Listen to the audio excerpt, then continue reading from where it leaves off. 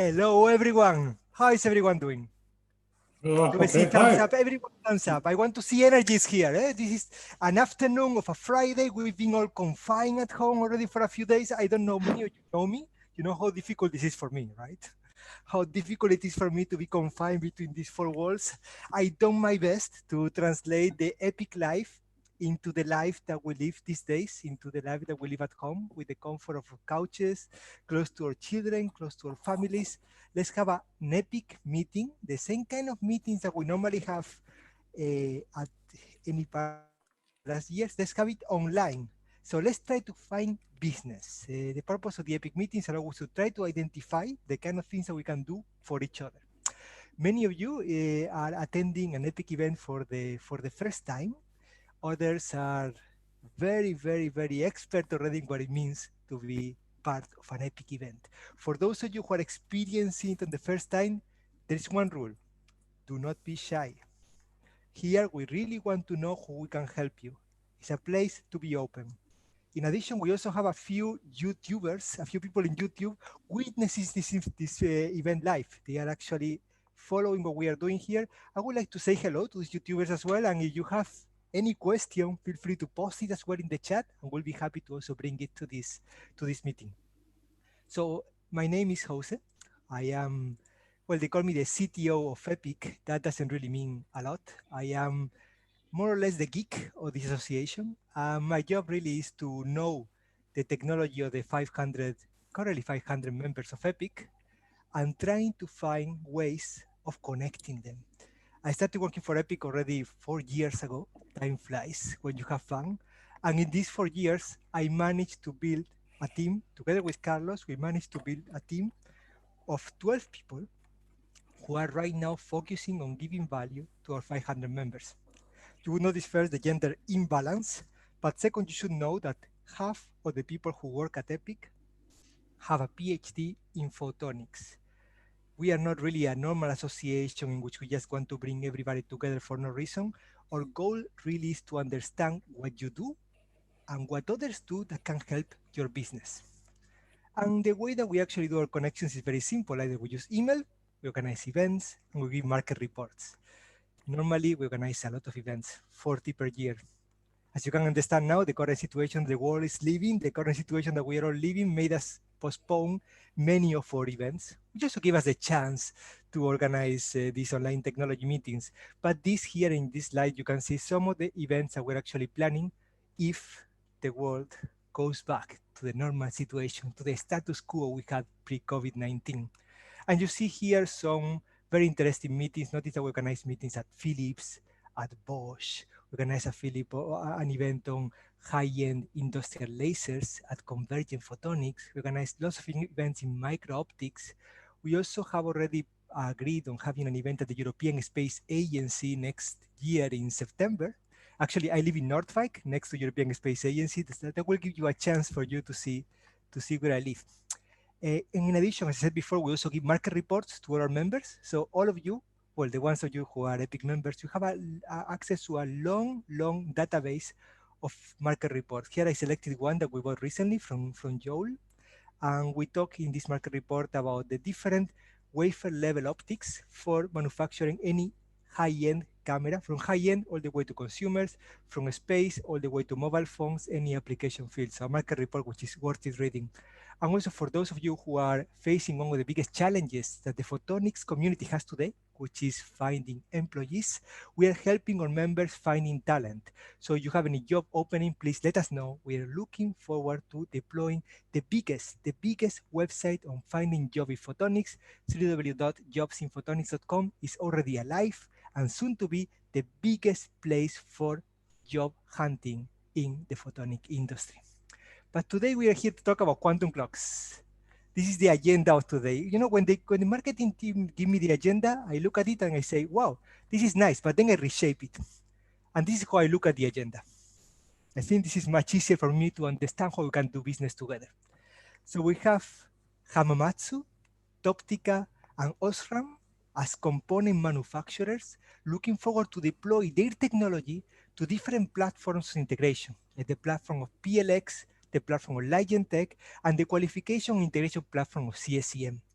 Then we have a success story, a turnkey solution offered by Muquans. They're going to tell us how they made it as an example, but also offering their potential solution to two system integrators. We have Orolia Space and BAE Systems. Looking forward to integrate these quantum sensor and atomic clock solutions to satisfy the need of one end user. Today we have one end user here. We have the European Space Agency as an end user. This is how I like to see the event and how I want to understand, for you to understand that today you have a big chance of making a business-to-business collaboration. Either you're making a component, a system, or you already have a solution to provide to the system integrator or the end user. With this in mind, once again, I would like to remind all the people who are watching us in YouTube, if you have any technology that fits any of these 5 categories, you can already post it in the chat. We'll be happy to read this and actually to bring it to this part of the meeting. And with no further ado, I would like to give the room to the people who actually matter, the people who are here to talk about technology.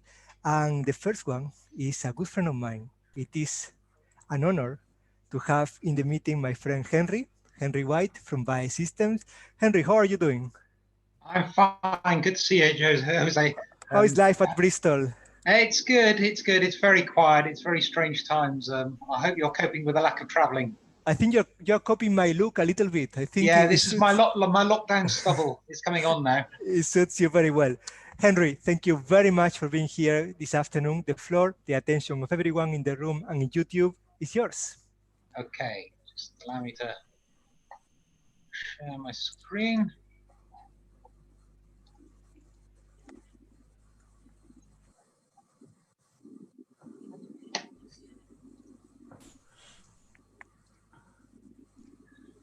Right. If I start at the beginning, that would help. Yeah, so what I'm going to do today is give you a brief overview of some of the opportunities and challenges we see for quantum sensing and clocks going forward in the aerospace and defense sector. I'm sure most of you are aware of BAE Systems, but you know we're the 3rd largest global company in aerospace and defense. Very large footprint in the air sector, in the maritime sector, and the land, and increasingly in the cyber sector. And of course, at the moment, we're also, the many things we're helping out making parts for ventilators at the moment. So that's the way we are at the moment. So one of the things I also want to say is that we work with many suppliers. We're talking about, we spend about over £9 billion on our supply chain in all the different countries, in all the different suppliers, and that's about over 20,000 different suppliers we have with us. So what's really important for us is to be an integrator of the best technology we can. I think it's important to say that advanced technology is the key to all our products, and it's how we can exploit that to get the systems that we want to be able to provide. So obviously I can't go into too much detail on specifics on a meeting like this, but to give you some idea of the areas that we're really interested to see these sensor developments and the clock developments, and to engage with people to say, what is this going to mean for us in the future? How can we help you to exploit your technology? So one of these particular aspects I want to talk around is around the Tempest project. So this is a multi-partner UK-centric development for the next generation aircraft, although there are European collaborations with this technology as well, with what we're doing with particularly in Sweden and Italy. As you see, it's a whole range of different technologies being brought together to get the best capability going forward in the future. And you could spend many hours going into each of these and to give you a big update of what's going to happen. But I just want to pick on a couple of areas here. The fact that the sensing systems, as with our other platforms, are integral to how they behave. The more accurate you can sense, the more reliable you can sense, it really will change the way you operate. So while we're in the design phase of what we're doing with the aircraft and the whole system of systems in the future, we really need to understand what's going to be capable to be exploited in the timescale. And I wanted to just bring up that connected and cooperative picture there as well, because it's very important that, to realize that we're not talking about a platform here. We're talking about a networked capability. So how information, how data is shared between different platforms, both air platforms, manned and unmanned, both fast jets, solar, hail, high altitude, long endurance platforms, reconnaissance platforms, but also into the maritime and the land and the urban environments as well. How we can share sensing data, how we can make it reliable and actually work on that data is very vital in terms of the capability that can be incorporated. And that's where we're seeing a lot of these technologies that are being developed in the sensing area and the quantum area being able to show actually step changes in the capability we think we can integrate. But our challenges isn't necessarily just what can the technology do, what can be sensed, how accurate is that clock. It's how we can actually deploy it into a system and make it real, so actually it's being used for a purpose. How do we actually get a cold atom system that's going to work on a fast jet that's going to be accelerating around incredible rates? How do we get some of the other types of sensors enhancing our radar type systems, for example? How do we get some of these lightweight and compact enough to go into a solar hail platform? So in particular, talking around the opportunities here. So I think there are huge opportunities for these sensor systems going forward. Radar systems, we do see some of the low phase noise oscillator technologies really being able to make a huge difference in the sensitivity of radar systems. There's other quantum enhancements in terms of the electronics that we can do, which really cut out the noise and actually give not just the sensitivity against clutter, against distance, but also further information from radar systems that we'll be able to use. And combining that with optical and IR systems, using LiDAR enhanced quantum systems where we can get gated information, so we can actually get intelligence about not just there's something there, what is it, but also what is it doing? Because that's going to be really important for the crowded environment we're going to work on in the future. So, as well as incorporating all those into platforms and the challenges of getting them on there, as I say, it is this multi-platform sensor systems that's important. How do you share that sensor data between your different platforms? And to do that, you really do need to know when and where you are with utmost accuracy. And that's what really excites me of some of the atomic clock and the other clock technologies that are coming forward in the future. I mean, the optical lattice clock technology looks amazing in the order of magnitudes improvement that are coming out. Can we exploit it on these platforms? And that's our challenge. So the opportunity is there because the technology can really generate the data and generate the timing resolution and the accelerometers to give you our positional resolution. But can it be integrated in the lifetime that we need for these platforms? So the challenges coming to that space application, temperatures, vibration, humidity, the power. If you look at that solar hail platform, we had the first flight of that in Australia earlier this year. In the old days when people used to be able to travel, that's a relatively small payload, but it's actually got quite a significant capability in terms of surveillance applications. And then you've got the whole range of different platforms there. If you take that platform, it's going to be something maybe in the air for about a year at a time. A fast jet, you'll have an operational capability of well, maybe of minutes and maybe tens of minutes, maybe an hour or so, but it's not a long time where you're going to actually generate data or be able to hold your GNSS denied environment as well. Whereas you go to a submarine, you've got much more space, you've got much more controlled environmental from a temperature and vibration point of view, but you've got the significant challenges of being able to operate without interactions for very long periods of time. So the technologies, the basic technologies that apply to all these different platforms, the fundamental physics behind it all, that's all going to be very common, but how we apply it to the different platforms, that's going to be very specific, and it's got to be taken into account in the development of the components that bring into the supply chain. So there's lots of opportunities, and we're keen to work with lots of people in the future to see how we can exploit and to understand what's coming up in the future.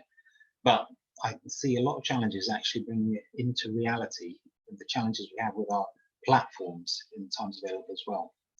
So that's where I was going to leave at the moment. Thank you. Thank you very much for a great presentation. Thank you for being with us and to find, of course, the way that we can collaborate with you. So it is not your first rodeo, Henry. You have been before to an EPIC meeting, so you know how this works. What Yes. can you do for them, and what can they do for you?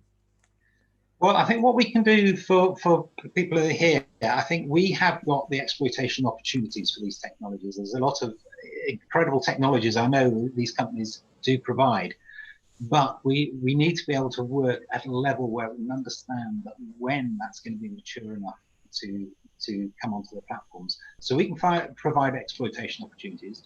We can also provide test platforms. So both from flying platforms, we have test flying platforms, and also maritime platforms, where certain technologies can be demonstrated to work in the environment before they go on to actually needing to be qualified for that environment. So I think that's what we can offer to some of these companies here. What I'd like to see is both these technologies mature, and I know some of the capability that can be matured in here. So I'd like to see it brought into a way that we can manage it on our platform. So addressing some of the packaging issues, some of the environmental robustness that we'd like to see, and actually reducing the power consumption in some cases as well. Now that might be a long stage. So in that case, what we need to know is when this might come. So having understanding when the technology is going to be matured, not just to be brought to us at the end and we say, if only we knew a couple of years ago, we might have been able to incorporate it. Are there any questions for Henry? One of the technologies that we always, we have a question from Jürgen. Jürgen. Yes, Jürgen from Toptica Photonics. Can you tell us what the present status of stability and accuracy of optical clocks are that you are using, and what you would like to have in the near future? Well, I know there's some atomic clocks available about the 10 to the 9 resolution, and that's the type of that is a useful capability. But actually, we can see a whole range of improvements on that level that we can then say, we can do this other capability. We can actually get these two systems working together more accurately. We can save time in our processing and save time in our operations. So there isn't a requirement for a single accuracy that we need. But I think if you go a couple of orders of magnitude better than that, that's going to open up some other opportunities, some other doors. If you can go a couple more magnitudes greater than that as well, I think then you get to certain significant ideas that we're talking about in terms of multi-platform, multi-sensor capability operating. Thank you. Okay. Any further questions? Yes, one question from Bruno Desruelle from Muquans. What would be your application of a gravity sensor? So gravity sensors, on the whole, our nearest applications are probably going to be from the gravity gradient. So in terms of the navigation aspects that we can see for that. There may be cases where you can go for beyond the gravity gradient and you can look at potential saying, well, actually, can you detect some objects in the future that you can't shield, and that could be from both a close range urban environment or in that environment. I think that's where on the actual detection of objects might be the nearest application we can see. But I think from what I'm aware at the moment, I think is that it's that navigation aspects of that could be a useful, reliable, non-blockable capability that we can exploit in the future. Henry, I'm going to introduce you to a friend of mine. His name is Michael Geiselmann from Ligentech. Michael, we have been in the past talking a lot about using photonic integrated circuits in aerospace applications. I would like to ask you, in order to satisfy the needs of biosystems, of course, there is a gap in the value chain. Do you have partners? Is it possible to find partners to qualify a photonic integrated circuit to be used in aerospace applications? I think the partner you're looking for is there some packaging house. So someone who takes, for example, a photonic integrated chip and makes it the fiber attachment stable enough that you can that you can actually fly with that. And the photonic integrated circuit itself has been tested on that, and shouldn't be the problem. The big problem is the packaging. Jacques from CSEM. I have visited CSEM already many times in Neuchâtel, and I've been always quite amazed on the laboratory that you have to qualify any optics for normally space, but also sometimes aerospace applications. Do you consider your role in the supply chain important here to satisfy the need of BAE system? They are asking constantly about technology being mature to be used in their application.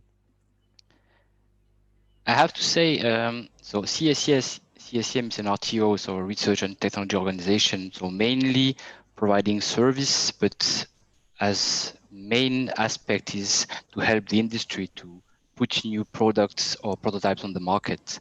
It's not that services, we do for sure some qualification, so we work a lot for ESA, and we have labs for the qualification of optical systems, but also for MEMS systems. We did a lot of robustness evaluation and characterization for MEMS devices. But we see us more as a technology developer that should be used afterwards in the supply chain before the end user. And the company who's going to use that is our next speaker. So good. the company PLX in New York, my very good friend Itai Vishnia. Itai, thank you very much for being with us. For us this afternoon, what time is it for you? 10:51 to be precise, and I'm sorry I'm joining you late. I'm trying to upload the presentation. It might take a bit time. Would it be okay to skip till it's uploading? Of course, anything you ask me, I will be happy to supply. And actually, I am very happy to introduce our next speaker because he lives in Northwijk like me, and because Eamonn Murphy has been a very important person for EPIC. Thanks to him, we are actually working a lot with many companies in photonic integrated circuits and quantum technologies to reach space applications. Eamonn, thank you very much for being with us this afternoon. How are you doing? You seem to have a tan. It is a really nice day today. The weather is fantastic outside. The problem is that we cannot go outside. Thank you very much for being with us. The floor and the attention of everyone is yours.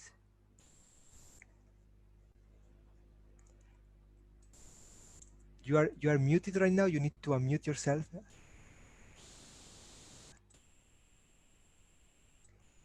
In the meantime, while he unmutes, I would like to remind everyone that 2021 in September. No, Eamonn is unmuted now. The floor and the attention of everyone is yours. Okay, thank you.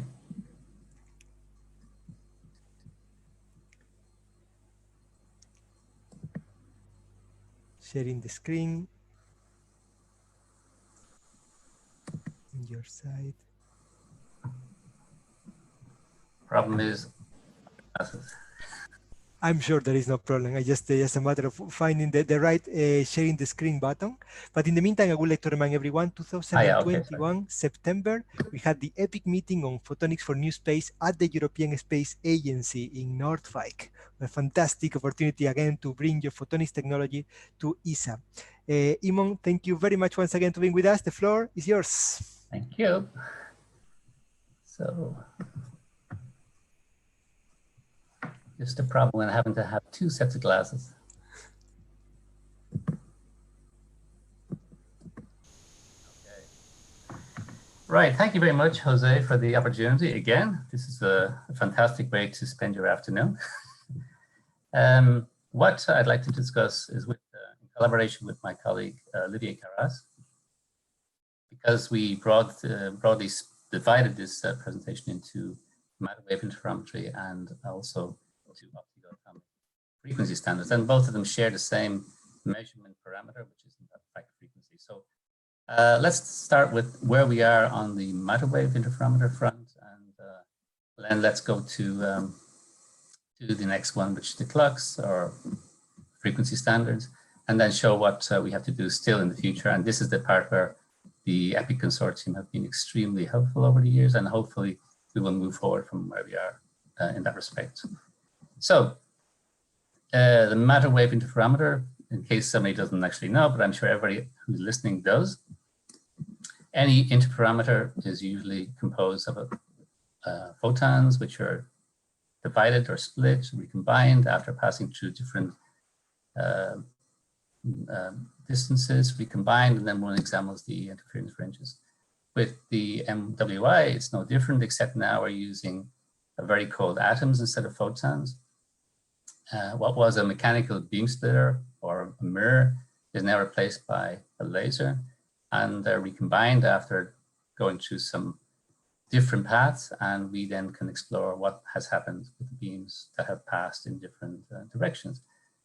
So in the sense of ESA's interests have been two types. You can see 1 and 2 here, this interleaved gravity gradiometer, which is mainly driven by the Earth observation interests, and also to look at the hybridization of a classical accelerometer with a matter wave interferometer. Why would we do this? Is to circumvent the issues of, for the classical case, of drift. And both of instruments, either one being used on its own or together, as in the case of the hybrids instrument, we have, or we meaning EOP, have had projects running with ONERA to look on the second case, and to guide their studies and to guide their choices. They have also used a system where we have been, sorry, they did a mission study and an instrument study. And you can see from, we move to the right column where the results are there. You can see from the graph of the Gauche data, and the Gauche data in the, is compared or contrasted with what we see from the matter wave system. Now you can see that clearly at very small or very low Fourier frequencies, there is the matter wave system vastly superior, as you would expect. The graph below is a ground test of the hybrid system in ONERA. And just to show that these things do actually work, the third, or the picture below, you see this colored plot. The matter wave system with a classical system have been tested side by side on an aircraft. And this is not a jet, this is a turboprop, so a fairly non-smooth aircraft over Iceland. And you can see that the general format of the two graphs or the two pictures look very similar. That's a very good sign. Now, the technology that we're moving on very rapidly is in the middle column, and that's on the so-called grating magneto-optical trap, which is coming mostly from, well, entirely from the Glasgow group of Strathclyde. We have completed a project on this, and actually, if you can see from the three stages, A, B, and C, A will be more the conventional approach to laser beam or slowing atoms using laser beams by 6 interacting directions. The second one is more of a stopgap, of more like a tetrahedral effort on the way to the single beam input, which is the one on the extreme right, which is now called the grating or the grating approach. That's the one we started with first, because we would like to look and explore whether we can make or achieve a BEC with optics alone. The second combined activity has been with the atom chip as a surefire way to achieve a BEC, because there is a limit in terms of how long we can wait to achieve this BEC. So speed cycling is very important.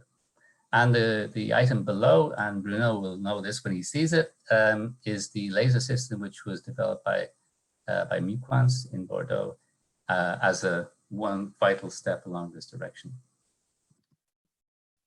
Onto the optical atomic frequency standards. This has been not driven by any one application in the sense that we don't have a mission yet. But if we wait for a mission, we will be so far down the road that we will not be able to recover. So we decided to take on as many sensible activities as we could. And first of all, why move from microwave to optical? Because microwave exists everywhere. You can see we achieve going from 1 to 10 gigahertz up to 500 or hundreds of terahertz we benefit enormously in terms of stability from the signal that we measure. You can probably barely see it, but that's just a part of a growth gene diagram from strontium neutral system, but I'll come back to that in a minute. But the optical clocks already in 2019 were reaching those kind of stabilities in 1 second. And that's a cryogenic system, so it's not something we would really be considered. But just to show, these are enormously powerful instruments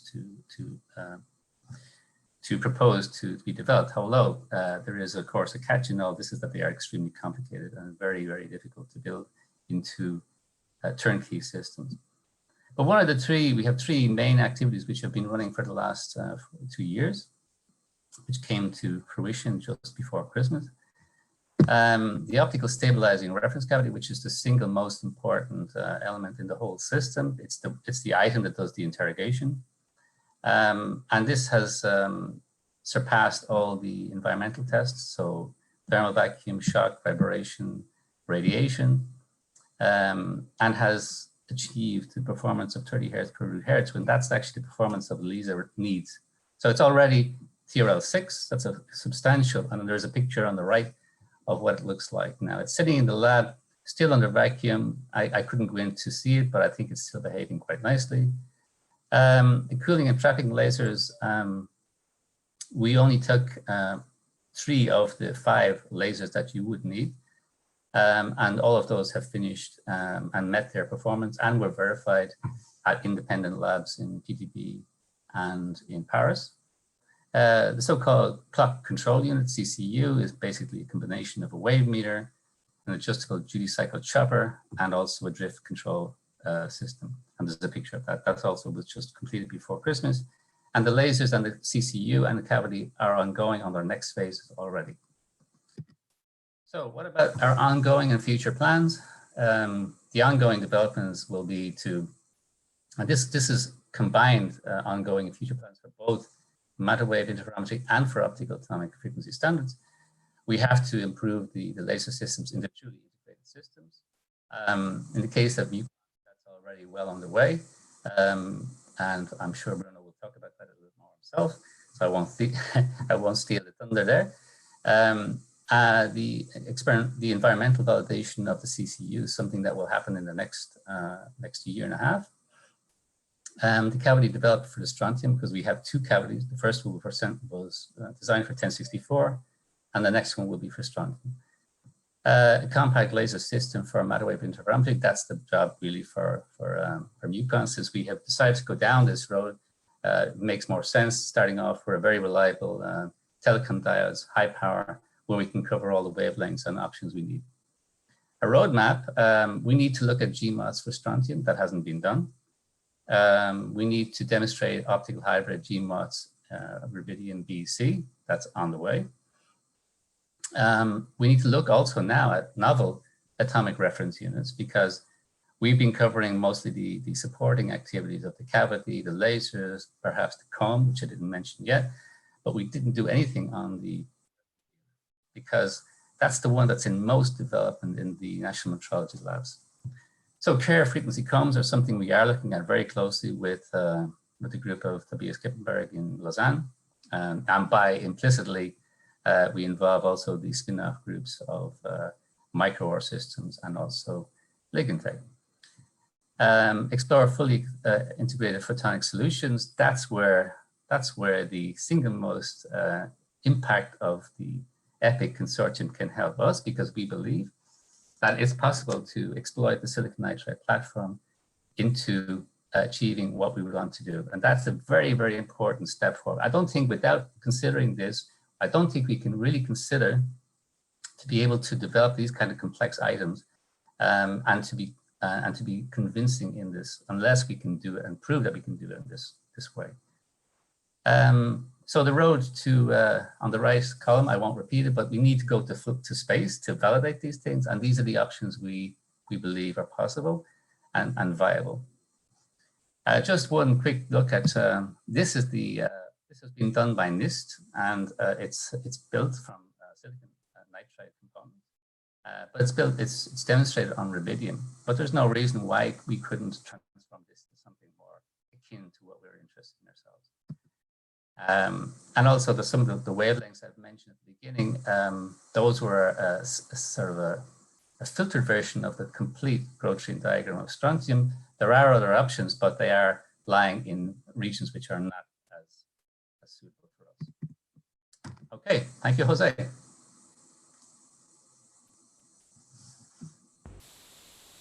Thank you very much, Iamonn. And I think my colleague Sana is going to chair the next break.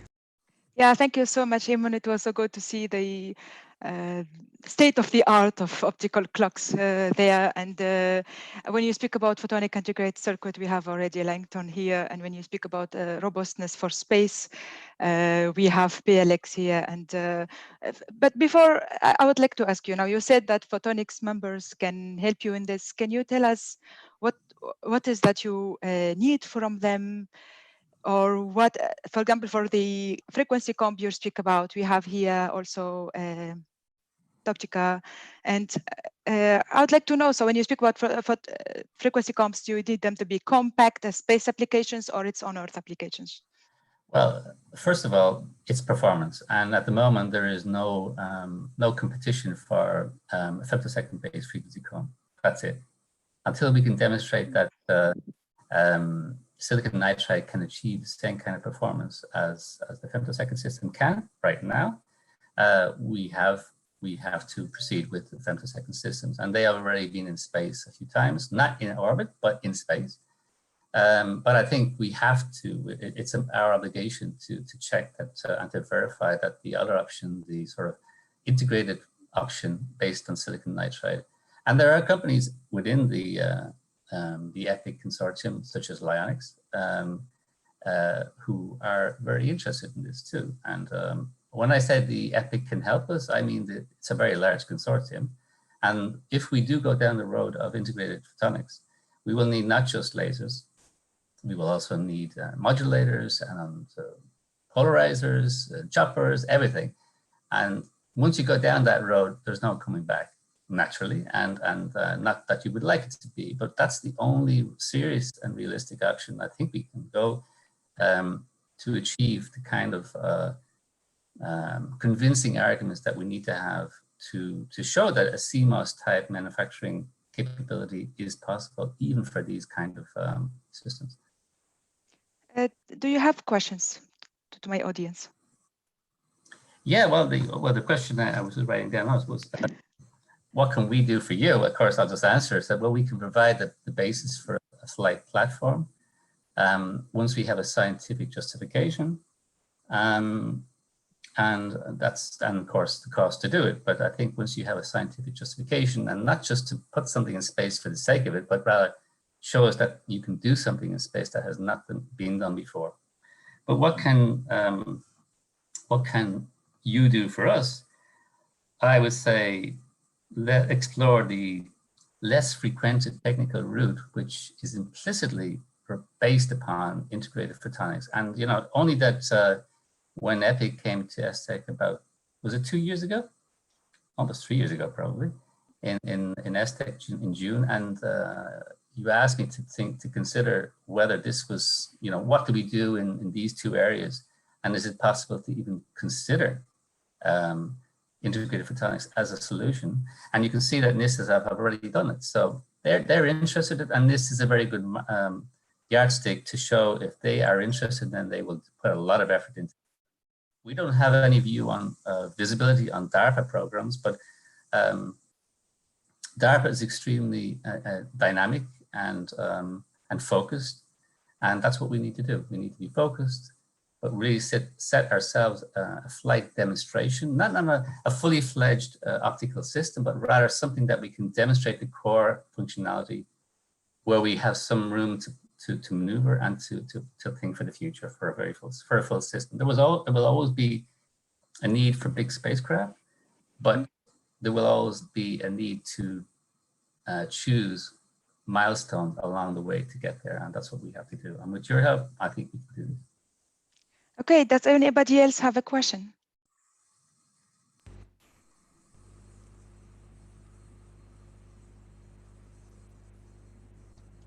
I would like to say something here because I very rarely have a chance of having the laser system developer from Muquans and Itai. So I want to know this story. Bruno, can you tell me how difficult it was to space qualify the laser system and satisfy the need of the European Space Agency? Well, actually, we haven't really reached the stage where we have a qualified solution to propose to ESA for the kind of application that was presented by Eamonn, but it was an important step in order to reach this long-term objective of having a spacecraft quantum sensor. So really, the key point where you really want to operate cold atoms for high performance gravity gradiometer measurement is really optical performances.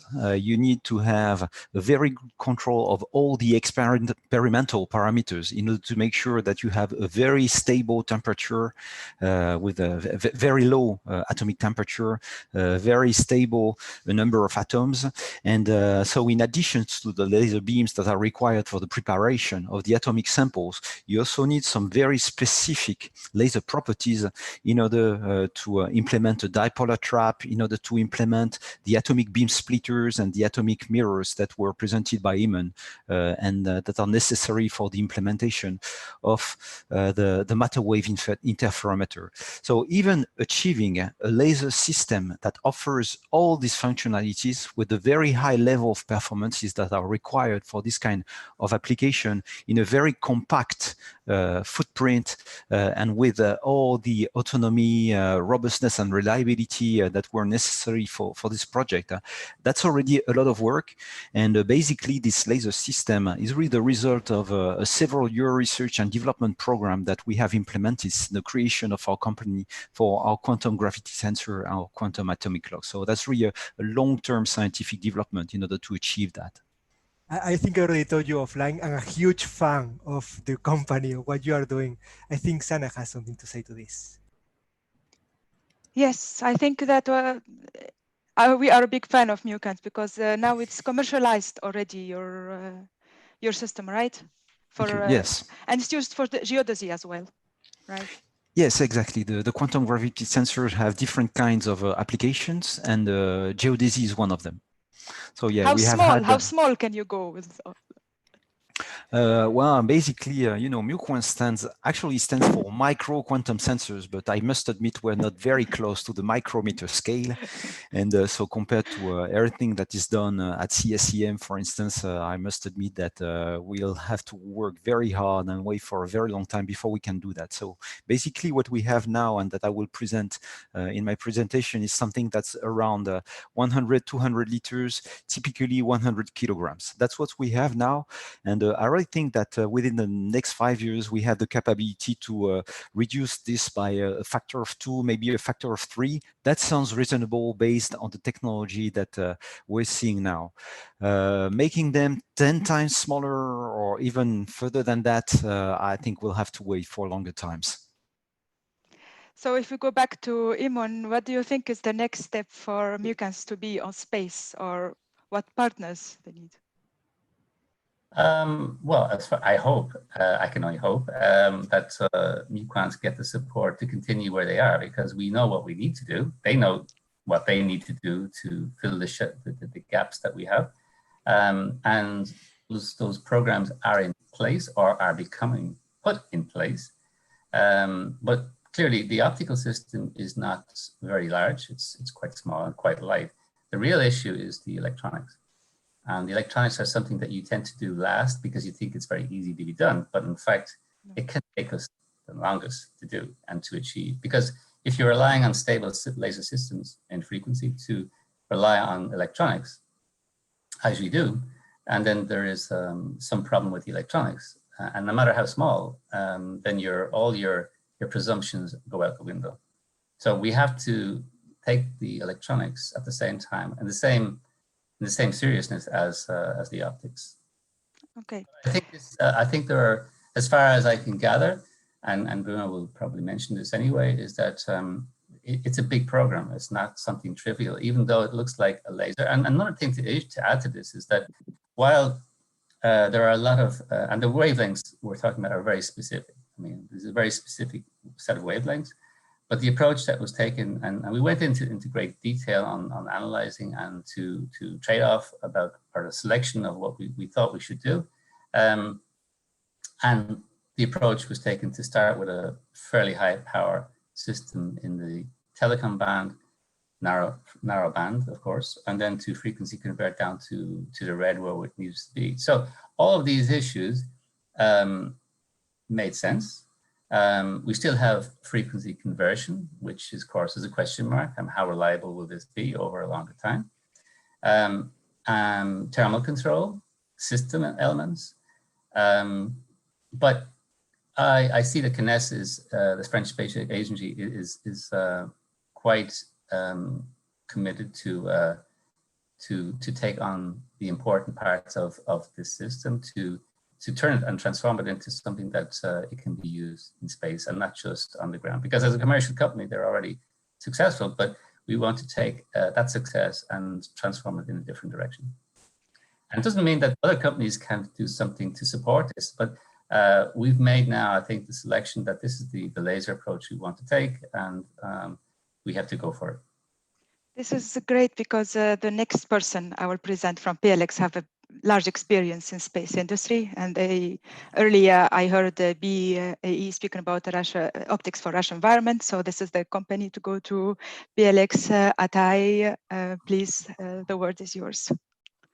Thank you, Sana, and good afternoon or good morning to everyone. I'm trying to share my screen right now, and it gives me an error message, so I'm not sure if I would be able to present.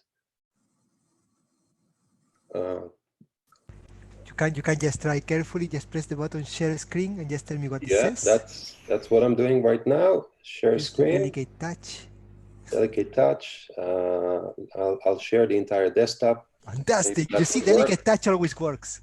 Yes. Well, I had to share the entire desktop. In any case, I've listened to Eamonn and later on to Bruno, and I kind of think that we lie very, very nicely into the optical stability arena in space and harsh environment. I'll just give a very, very short presentation as far as our background, and then I'll move directly to where we help and contribute in the atomic clock arena. We specialize in monolithic optics in harsh environment, whether it's space, whether it's military, shock vibration, but the most important thing is the stability. We are located in Long Island, New York. Unfortunately, these days, you hear about New York because of the wrong reasons, but we are trying to get through that mess, hopefully within a week to 2 weeks. So we are holding fingers, but this is a global crisis. So we'll go back to my presentation. PLX is the pioneer of a hollow retroreflector. I won't spend much time talking about the retroreflector, but we'll move forward with our company history. Goes back to 65 years ago, starting with a hollow retroreflector, and then in the last 10 years focusing in the space arena and the military arena with high stability optical structures, integration to subsystems as well as full platforms. This is a really short presentation of the function of a retroreflector, but the emphasis is the function of subarc seconds accuracies in harsh environment. As Sana had mentioned earlier, this is an extension of retroreflector. It's a lateral transfer hollow retroreflector. Just to give a flavor of how this can be incorporated in the atomic clock arena by extending the optics and yet keep it very, very stable and allow any matter to go in between and have high stability. I'll show it next in the presentation of the monolithic optical structure technology. The applications that we cover is pretty much what you see here, going to our matter, where we are using most, which is monolithic optical structure technology. This is a good example of a project we currently work with the US Observatory Naturally, we have the several atomic clocks here in the US, but this is for 657 nanometer laser. The emphasis here is taking advantage of the highly stable optical assemblies in multiple folding of the laser. You can see on the left here, you have what I call the LTHR. On this side, you have a retroreflector. The matter goes right in between. In the right side, you would see additional folding. All of these foldings of the laser obviously requires high accuracies of alignment. The expertise we have is maintaining the alignment in different sizes and different materials, and with significant temperature impact and sub-arc second accuracies. This particular system as a whole is 1 microradian, so it's 0.2 arc second. This is actually an example of 2 retroreflectors that were positioned to be highly accurate. The laser would be actually right in between into an evacuated tube. This was made from ULE. The scalability is both with large optics and small optics. We're dealing right now with MEMS in different defense arena, and we are looking into the incorporation of MEMS into the aerospace as well, both with passive as well as static components. Incorporating it into the monolithic optical structure would allow for that high stability. So we are focusing on maintaining the sub-arc second accuracy while you still have thermal gradients. Femtosecond laser obviously would add additional challenges. So making sure that the optics will be hollow and will give us the proper reflectivity in different thermal intensities. That's our focus. As far as experience in integration, we do have some commercial experience associated with spectroscopy, FTIR spectrometers. This just shows how we incorporate these monolithic assemblies. This is like a structure. I don't know if you see the course of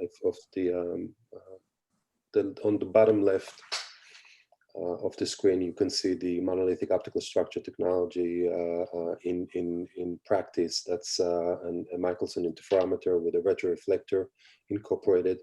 This is, I would say, 10 by 4 in terms of size of box, but the scalability to a smaller size is also available. We're talking about 2 millimeter in diameter of small retroreflectors, as well as the monolithic structures. This is just a flavor of some of the parts that we've made. When it comes to space, we do focus on lightweight optics, whether it's small or large.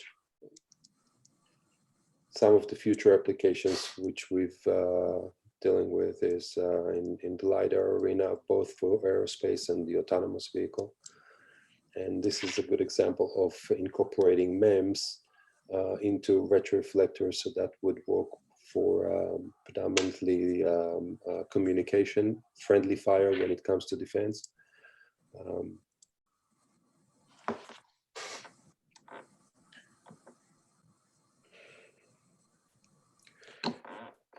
And again, just this is my last slide. Just going back to what Eamonn had mentioned before, as far as ESA projects with the atomic clock, what I would like to see, if it's possible, is participation in early stages of the technology development. I think that optical alignment is something that has been challenging for many reasons and for quite some time, and there is I think lack of appreciation at times of the stability that you can get from small as well as large optics. So we are focusing on subarc seconds in the environment that you are dealing with in space. And the heritage speaks for itself. So I think that if we would have the opportunity to support your projects, that might be a positive thing for PLX, but I think that you would be able to benefit from the stability and the longevity. Thank you. Thank you very, very much, Itai, for this presentation. I already met you 1.5 years ago at Laser Munich, and I fell in love with the MOST technology, with the way that you integrate monolithically different optics, and having you in EPIC is a huge opportunity for the companies who are developing high-end optics, high-end mirrors, but also a good opportunity for the companies in the higher part of the value chain, companies like Biosystem and the Space Agency. We have you now as the link that hold these two worlds together. What can these people today in the room, what can they do for you, and what can you do for them? I think I touched as far as what they can do for us. I think early participation in general, I think that it's not just true for ESA. I think that collaboration between companies, and thanks to EPIC and Jose's energy, I think that we've already felt the impact. I think that early participation with the understanding of the core technology and what each individual company can contribute would be almost a must for success in projects. As far as what we can do for them is essentially the high stability, high accuracy, and performance. I think with us, it's really all about performance. Do we have any questions for Itai? Yes, Jacques. Yes, I would have a question. So you've shown a nice picture of the first prototypes of the atomic clocks made by NIST or the magnetometer, and you say that you could, with your monolithic optics, be of help for improving perhaps some kind of optical light transmission in such small devices. How could you do that? I'm not sure I understand the question. Sorry. You've shown in one of your slides, I think it was just prior to the case 4 study, and there was a picture of the device that NIST was developing. I think it's a magnetometer or an atomic clock, and somehow you could integrate your optics there inside. And my question is, what would that bring, and how you do that? How we do this is not something I necessarily can elaborate much, but as far as what we've done there is the combination of multiple optical elements in a sandwich structure. I didn't really present it here in the presentation, but if you actually go to our website, in the very first page, there is a very short video that shows ultimately how we do this in a very broad characteristics. It's a sandwich structure, top and bottom plate, where you combine all of the optical elements with very similar CT matched materials. Okay. That's as far as maybe as close as I can get as how we do it. But it's more about the incorporation of the optics into the next level assembly.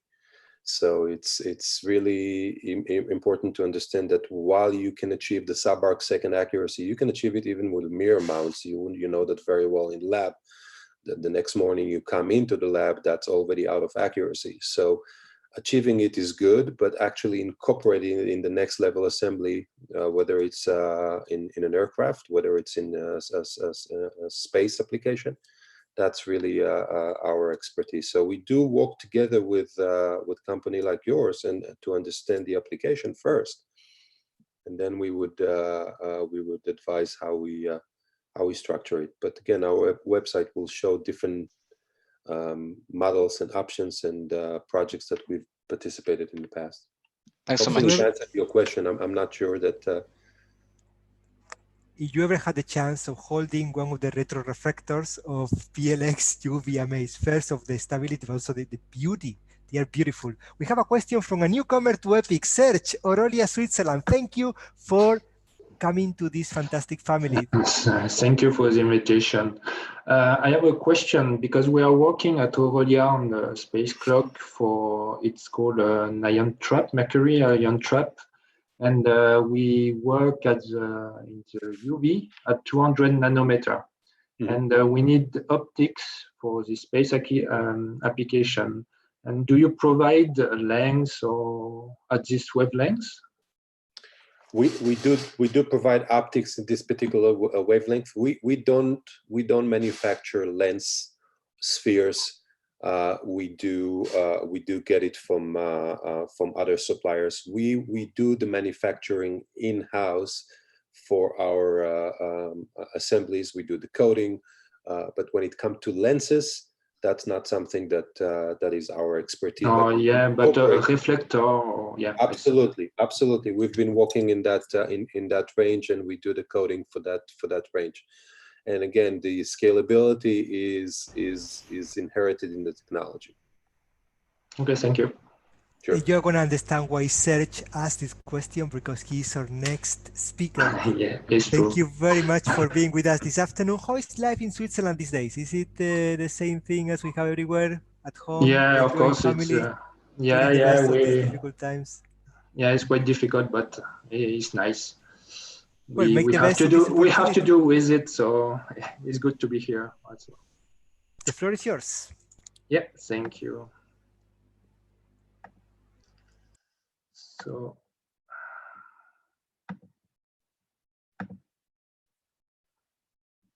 So first of all, thank you. Good afternoon, everyone. I'm Serge Grop. I don't own a PhD in photonics, but in engineering science.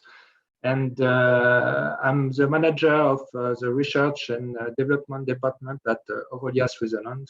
And during this presentation, I will present the company, our developments, and also at the end, what we can offer and what we are looking for. So Orolia, Switzerland is part of a bigger group of 12 companies called Orolia, which is the world leader in resilient navigation, positioning, navigation, and timing. And the portfolio of Orolia allows GNSS or GPS signal protection and provide countermeasure technology to the customers. Our product is divided into 4 categories. We have the sensors with antenna with innovative architecture. We have synchronization and timing, also with embedded atomic clocks. We have software analysis to detect interferences and mitigations, and also instrumentation to generate GPS or GNSS signals with all kinds of simulation of attacks possible. We deliver resilient PNT for every operating environment, so as aerospace, defense, or maritime, for example.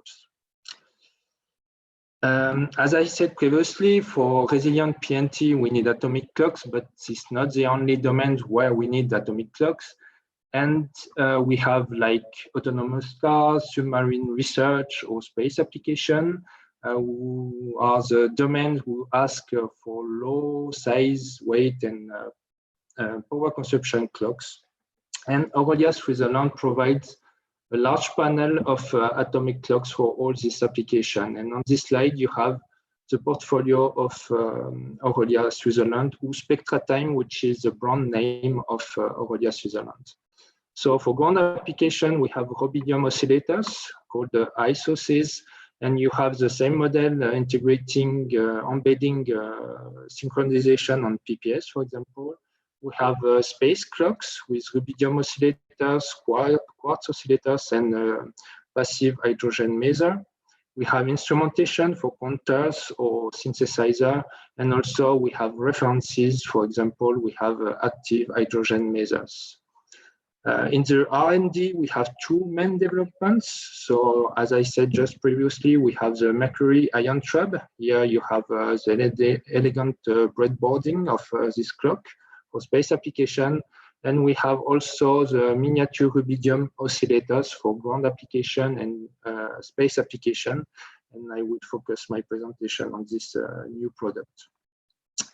So the miniature rubidium oscillators, we call the MRO50, 50 for its size, is an oscillator based on the rubidium oscillator architecture that we produce at Spectra Science for 25 years now, but it has been adapted for low power consumption and low volume, right? On the right, we have the principle of the clock. So for generalities, the clock, it is composed of two parts. So you have the time frequency reference, which is the atomic transition, and we have also the electronic control to interrogate this transition and to come to discipline a local oscillator on this atomic transition, right? In our case, we use rubidium, of course, because it's historical, and the isotope 85. And we use a Vixar to come to optically pump this atom at the wavelength of 795 nanometer. And we interrogate the atom with a microwave signal at 3 gigahertz. After we have the error signal, we digitally integrate this signal with digital PID. And we come to lock the TCXO, so our local oscillator, on this transition. This local oscillator delivers a frequency of 10 megahertz, which is the standard for synchronization of all the different instrumentation, with the performance of the atomic frequency, means a stable frequency over the time, right? So this product will be officially launched in July 2020. So keep this date in your agenda. So the key features of our MRO is, of course, its size, because it's below 50 cubic centimeter. We have a very nice Allen deviation for short-term stability, below 510 to -11 at 1 second, integrating following wide frequency noise law. The power consumption is below 360 milliwatts for a supply of 3.3 volts, and the daily drift is below 510 to the -12 per day, which is quite good. So all this datasheet and the manual will be available soon, as time we will launch this new project out on the Orolia.com. Here you have a sample of the datasheet. Of course, in parallel, this one is the ground model, but we are working also on the space model. We have funding from ESA for that, and also on the military model. The application of such products, as I said previously, is space and ground application. So for space, we have all the low Earth orbit satellites, missions, and constellations. And for ground, we have different things. We have secure telecoms. We have also autonomous cars. For the maritime, we have petrol research or submarine geophysical research also. And for the military, we have avionic and, of course, robust PNT, resilient PNT. So at the end, what we offer, it's a complete portfolio of atomic clocks and expertise for ground and space applications. We have instrumentation for this domain of expertise. We have also custom precision electronics, because we know that for space application, we work with all the components. So we know quite well the old analog electronics also. We have also for the Orolia group, we have the resilient PNT portfolio and expertise, and we are always looking for collaboration in our expertise domain. And what we are looking for, it's actually a collaboration for the qualification of a Vixar we use for the space model of our MRO via European fundings.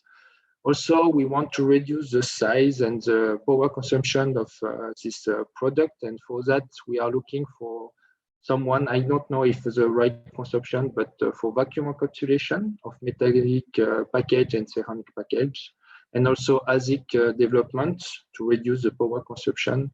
And as I said previously, we are looking for optics for the ion trap for the wavelengths of approximately 200 nanometer with optical coating and also photo multiplier tubes.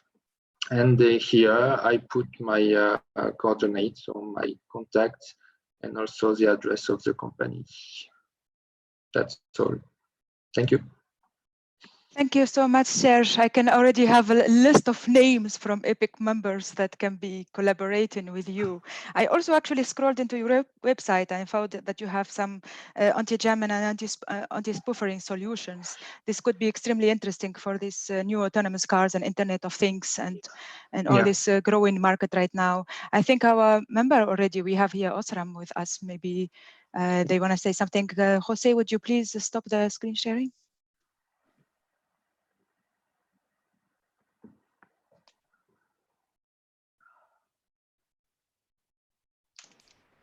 I'm sorry. I'm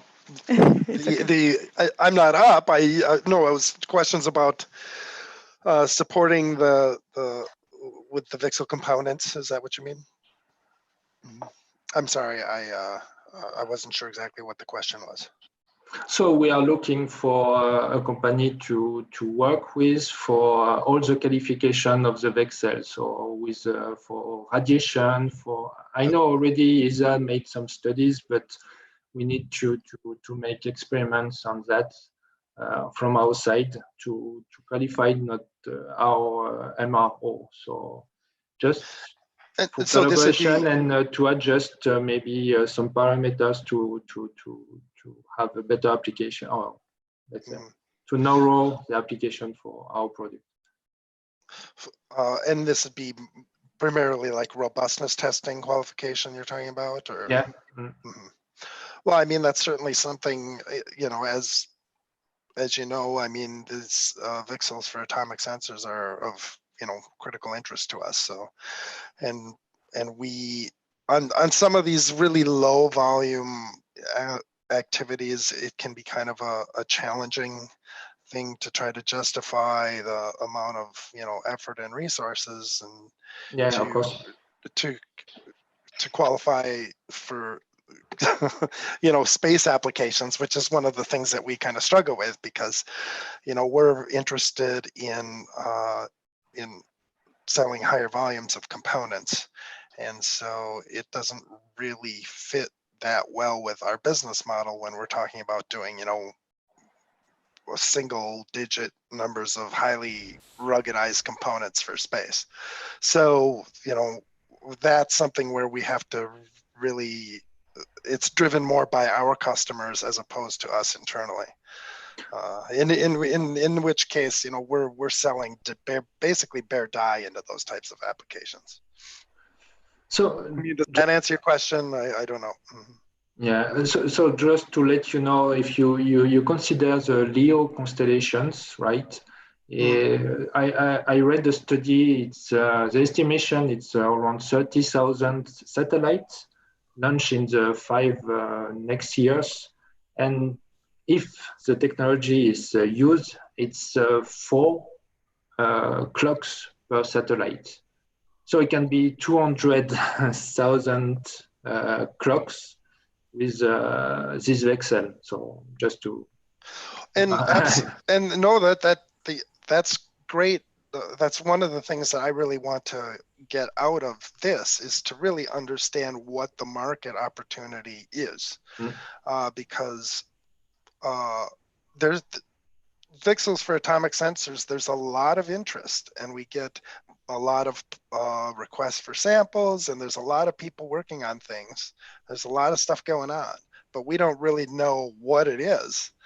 And so when we hear real numbers about real opportunities, that's, you know, always great information for us to get. So I would you know, I would encourage you to please, you know, if you have real numbers to share, please. I have real numbers to share on that. Actually, in the previous EPIC meeting in the European Space Agency, we had a presentation from Airbus giving us the real numbers of amount of transceivers needed for space communications. And we are talking 4 to 5 order of magnitude higher than what we are used to. I can share these slides with you later on. Serge, Sure. whenever you are looking for partners for the qualification of any VCSEL, we also had at the last meeting at the European Space Agency a whole session on that. And we have partners such as Thales Alenia, collaborating also with CSEM. So we have a whole supply chain to help you on this. But I have a question from my very good friend, Henry. Henry. Hi, yeah, thanks. I was just, yeah, very interesting presentation, thanks. Your view on the different application areas, you talked about the space and the military and the aerospace areas, and in terms of the different packaging, do you have a feel for how the capability of the systems would vary for each of the different application areas, exploitation areas, or is it just a case of the same performance from the clock systems will be available? It might just take longer to actually package it up and get things matured for those areas.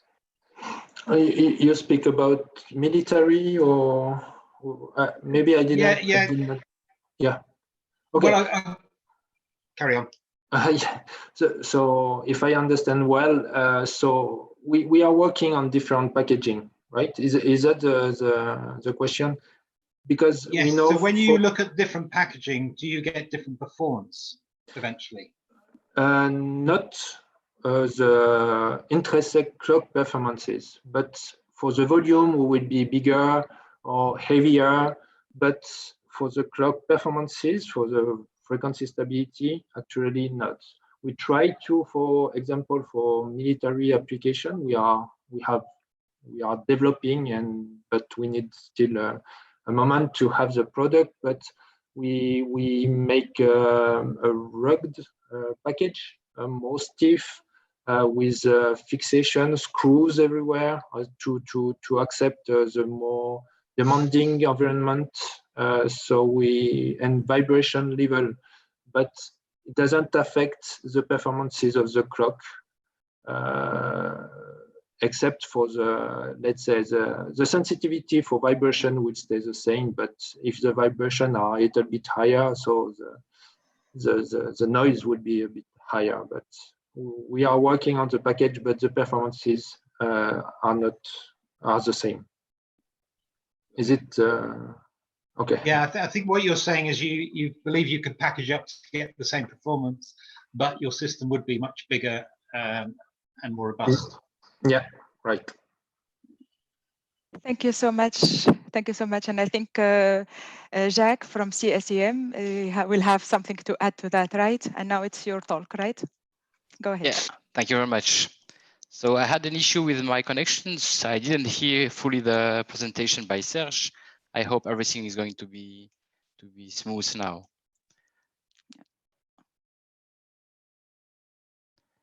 So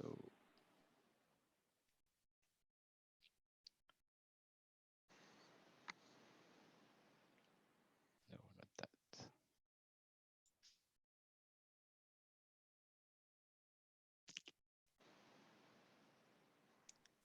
Okay, we can see very well now. Okay. So, so my name is Jacques Haesler. I'm working at CSEM in Switzerland. I'm going to show you our developments, our technologies, and what we can offer also, and what we would request to go for what we aim to.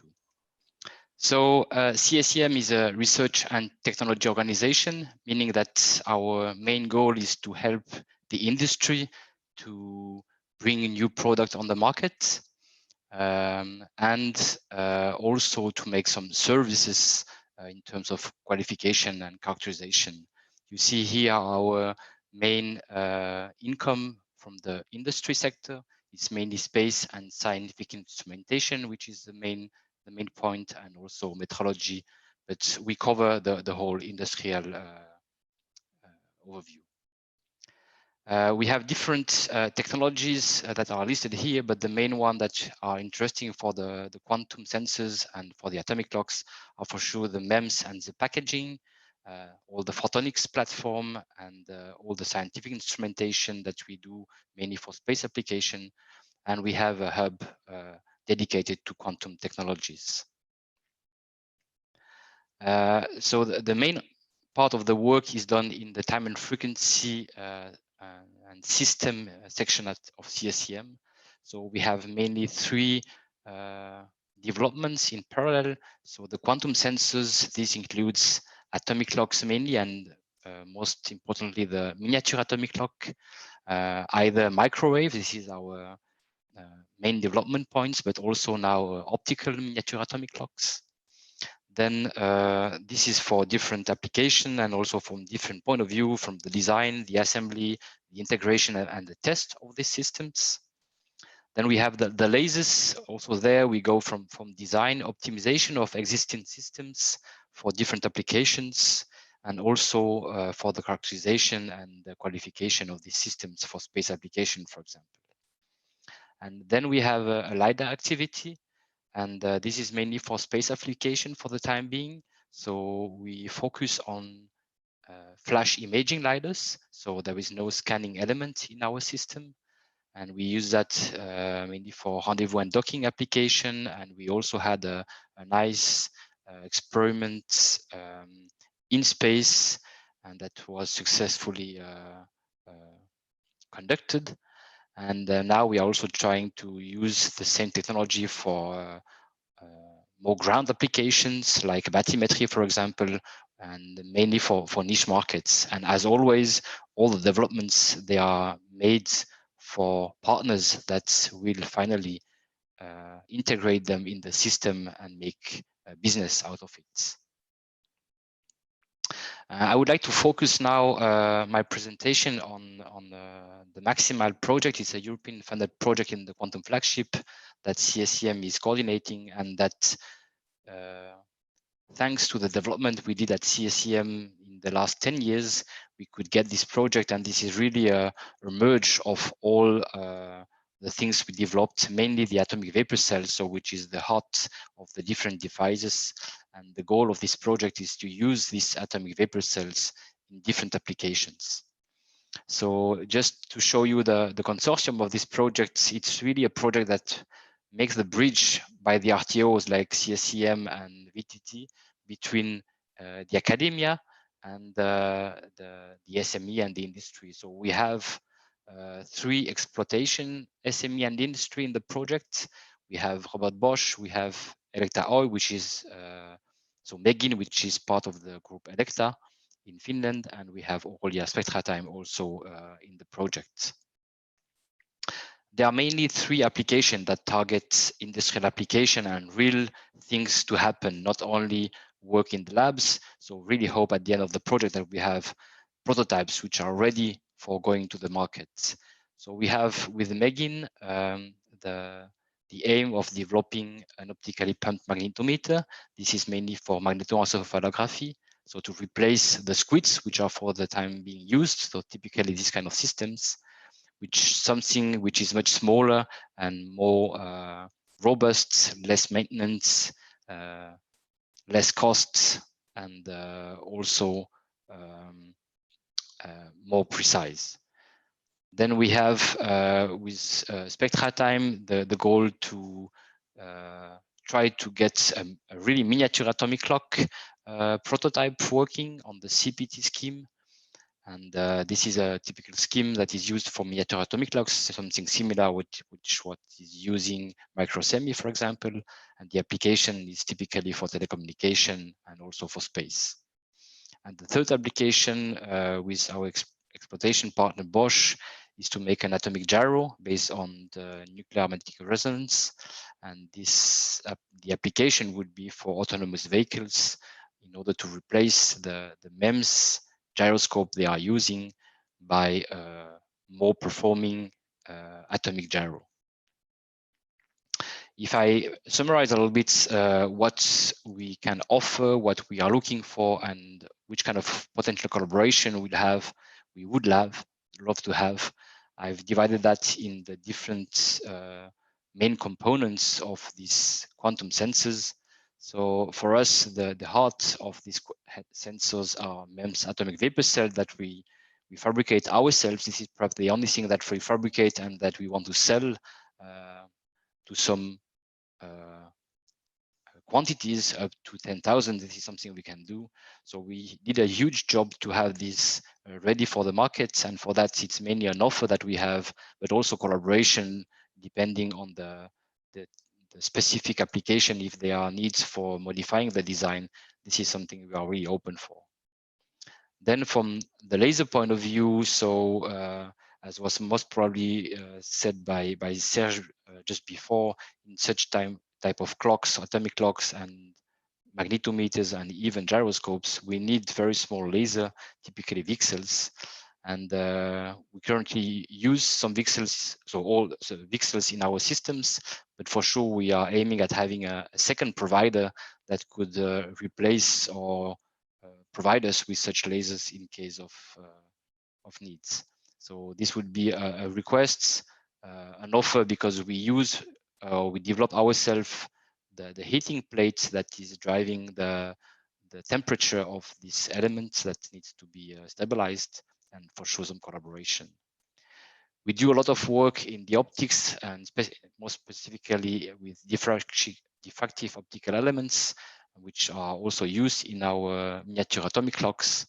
And for sure, this can be also a request and offer, and also some way of collaboration for such kind of devices, which are also, as you said before, Jose, qualified for some typical applications. We did a lot of work on the physics package of these devices, all coming from the miniature atomic clock work, but similar things can be done for magnetometer and gyroscopes. And for sure, this we do from very scratch. So the design, the integration, the testing, and then the transfer of the technology to the industrial player. We did a lot of work for driving these miniature atomic devices. So there is one thing is the performance, and the other thing is the power consumption. We've focused now on the performance first to be sure that they perform as they should do, and then to make the work to minimize the size, minimize the power consumption. And one way of minimizing the power consumption is to integrate most of the electronics in an ASIC.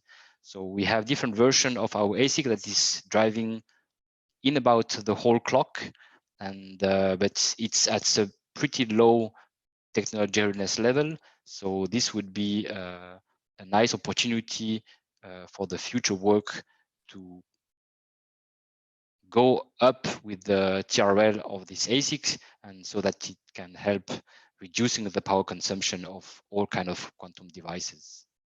And finally, the packaging and the encapsulation. This is a really important point to address in order to minimize also the power consumption and to enhance the lifetime of these quantum sensors. And for that, we are having our own solution for the packaging. We have some lack in the encapsulation, and having the good partners for the encapsulation would be something that is requested on our side. So this will be a bit all I wanted to share with you. And for sure, if you have some ideas of potential collaboration or offer, please contact me. This is my email address, and you can find more information on our website and also on the Maximal website. Thank you so much, Jacques. There is also, you spoke about the quantum flagship, so I have to advertise for the EPIC event in Glasgow. It will be the World Industrial Quantum Photonic Technology Summit. It will be on from the 3rd to the 4th of September at the University of Glasgow, and you're all welcome to come, of course, and some of you already will be speakers there. So you spoke about collaboration. I spoke about optics as well. EPIC is also involved with you for the free-form micro-optics pilot line. Yeah. Can you say a word about that? Fabulous. I'm not really involved in that Maybe. project. Yeah. It was just mentioned. Even today, we had a meeting, a teleconference with all CSEM, and Fabulous was presented. And for sure, all the work in the free space optics is trendy, and we are really willing to go forward. We are coordinating this project and really hope that it will be the next kind of optics that will be integrated in all these kind of devices. Do you have questions to the audience? Yeah. I had a question. This is Klein Johnson. Yeah, in terms of performance limiting factors of the VCSEL lasers you're using today, you know, how big a factor is it, and where do you see the key opportunities for improvement? So the key point is lifetime. Lifetime means that in terms of packaging and in terms of the temperature to which we use the VCSEL at mid and high temperature, let's say in the order of 100 degrees C. And there were a lot of work done also by ESA for the qualification and the assessment of the performance of different VCSELs providers. And there were huge differences between the providers in terms of lifetime. And this is perhaps one point that we should address in order to be sure that from the packaging point of view, when we do the sealing and so on, that we do not damage the VCSEL so that it would not affect its lifetime. I see.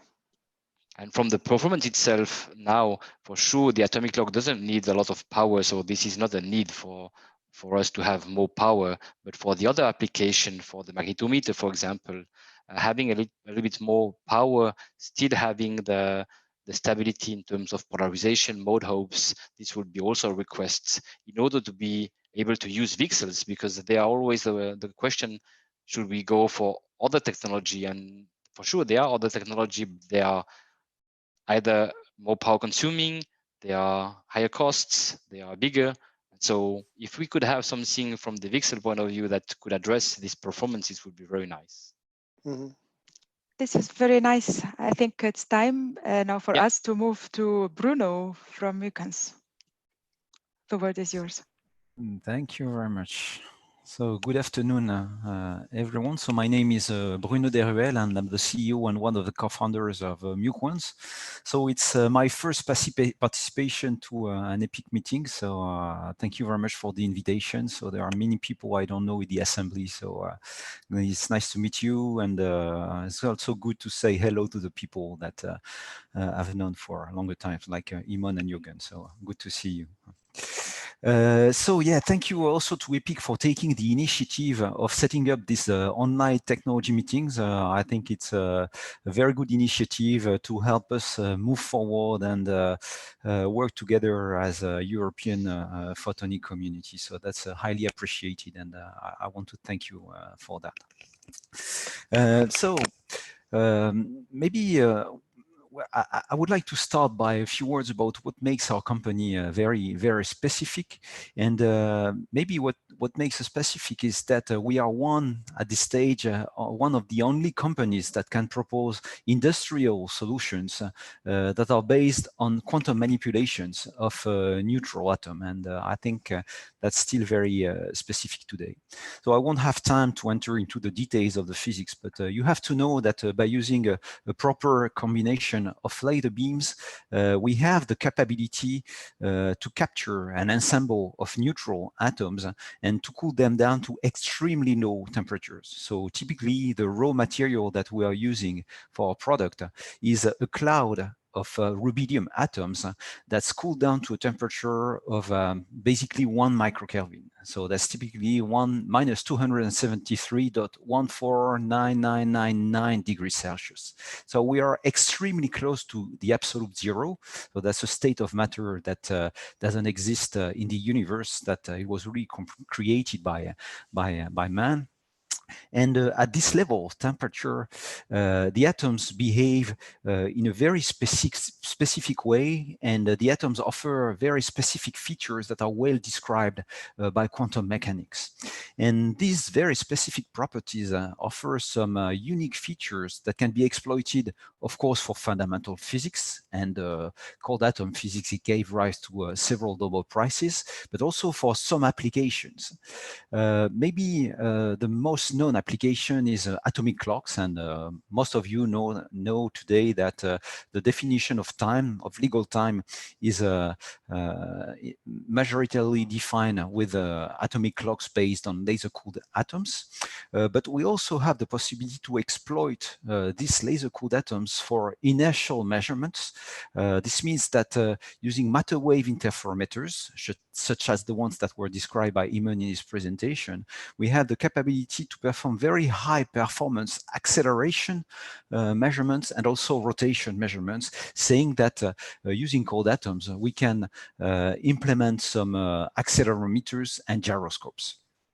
Also recently, it was found out that neutral atoms offer some very interesting properties for the implementation of a quantum computer, and that's one of the features that we are not exploiting inside Muquans, but we are working in partnership with another French startup that is named Pascal, and maybe they would be interested in participating in a future EPIC meeting.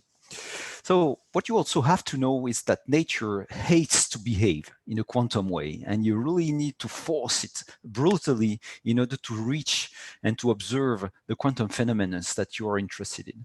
So from a practical point of view, this means that you need to have some very specific laser systems, high quality optics. Everything needs to be done in a ultra high vacuum chamber. So this means that in the early stage of Muquans, one of the things that we had to do is really to put together a very technical team that gathers a very deep expertise in several areas. So quantum physics, of course, because you need to know how to manipulate the atoms for the applications you have in mind. You need to have experts in optics and lasers, because really laser light is the tool that we are using to prepare the atomic sample and to interrogate it for the measurement that we want to perform. And around this, we have, of course, a lot of electronics and microwave, optomechanics. We need to have a very deep expertise in ultra-high vacuum. And eventually, of course, what you're facing is a very complex experiment, a very complex system, and in which you need to add a lot of intelligence in order to make sure that you have a very good control of the measurement sequence of all the experimental parameters. And that's also why we need to work very hard on the development of all the software of the instrument, on the data acquisition and the real-time signal processing. So maybe I made the decision to focus on our key products, which are the absolute quantum gravimeter and our atomic clock, but we have a complete product portfolio, and if you're interested in that, you can have a look at our website. So I will start with our absolute quantum gravimeter, which is shown here. So as I said previously, it's about 200 liters, about 100 kilograms. That's an instrument that composed of two blocks: the sensor head, in which the atoms are manipulated for the gravity measurements, and the laser system that is shown here, in which all the electronics is integrated. So for those of you who have already seen a cold atom experiment in an academic laboratory, you can already appreciate the level of integration that has been achieved for this first generation instrument. And I must say that we still have a lot of room for improvement, and that's what we have been doing for the last couple of years. And I'm sure that we still have the capability to make this much smaller and much more transportable. So among the key features that I want to highlight, of course, first thing is performance. And we have the capability with this instrument to provide absolute gravity measurements at the 10 to minus 9 G level. So for those of you who still have a memory of their physics classes at high school, you probably remember that G is close to 9.81 meters per squared second. With this instrument, we have the capability to perform a G measurement with 8 digits, saying G equal 9.8073562 8 meters per square second, so very high performance gravity measurement. Also, what's really remarkable with this solution is that we really have a turnkey solution and a very robust and reliable solution that can work continuously to provide data over months. And for a cold atom experiment, it has really been a lot of work in order to reach this level of autonomy and robustness. So we really have an industrial solution that provides performances that are comparable to what has been demonstrated by the best academic laboratories. So maybe one question you may have is, well, okay, that's really great to measure G with 8 digits, but who needs that? Well, when you come back to Newton's law, the answer is in Newton's law. Basically, you know that gravity as we experience it at the surface of the Earth is actually determined by the mass repartition, by the underground mass repartition. And these gravimeters are used by geophysicists for several kinds of applications, management of underground resources like hydrology or oil and gas exploration. Having a gravity measurements allow you to get some information about the underground density repartition. It also allows you to perform some kind of monitoring of the Earth with applications like volcano monitoring. And the idea here is really to have an advanced capability of anticipating volcanic eruptions. And we also have applications in civil engineering like detection of voids, geodesy, like it was mentioned earlier. So for this atomic clock that's shown here, the idea is really to interrogate the atomic sample in a different way, in order to provide an ultra-stable time and frequency reference. And you have here a summary of the performances that we can achieve with this clock. So with the short-term stability is below 5 times 10 to the minus 13 at 1 second, and the long-term stability is below 3 times 10 to the minus 15. But what's really specific with this product is really the absence of long-term drift. And here, that's really that the competitive advantage that we can offer compared to other technical solutions for stable frequency generation. And of course, we still have this turnkey environment capability, which is very interesting if you want to work with these solutions. So the applications that we have in mind for this clock are the definition of time scales, GNSS applications that require high performance and secure time stamping. I could also mention other applications we're working on, like differential gravimeters. So it was mentioned by BAE an interest for the gravity gradiometer, and that's also a capability that we have been developing over the last 3 years. We can also propose a complete portfolio of laser and optical solutions that could be adapted to other applications. So I have prepared a slide that summarizes our expectations for this meeting. So of course, the idea here is see if there are opportunities to develop our business. And if any one of you is interested in implementing a quantum gravity sensor or an atomic clock, we'd be very interested in hearing about that. I could also mention that we have the possibility to adapt our technology to other applications, like a 3D accelerometer for inertial navigation, potentially a gyro, although I think it's a longer term application. And I also think that we have developed a very interesting capability for advanced photonic solutions, in particular with our intelligence laser system. Another motivation for us to participate in this meeting is to consolidate our supply chain. So after 10 years of activity, we already have a well-established supply chain with very reliable suppliers, but we're still interested in establishing a network of second source suppliers for several key components that are involved in our systems, like qualified narrow line width seed lasers, qualified PPLN waveguides, compact ion pumps, high purity rubidium dispensers, or I have a complete list of components for which we would be interested in having European suppliers. So if you think you can have an interest in discussing with us about this, just feel free to contact me, and I'd be happy to talk with you about that. So thank you very much. Thank you for a fantastic presentation. At the end of the day, this is what EPIC is about. So you really fit very well in the consortium, and you know what I'm saying here. Are there any questions for Bruno today? Because I'm sure that Jürgen is wondering, Jürgen from Toptica is wondering about the laser that you need. Could you give us a few more specifications so we can provide you? We have every laser manufacturer in EPIC more or less now, at least every European one. Can you give us some specs and I'll give you a list of suppliers?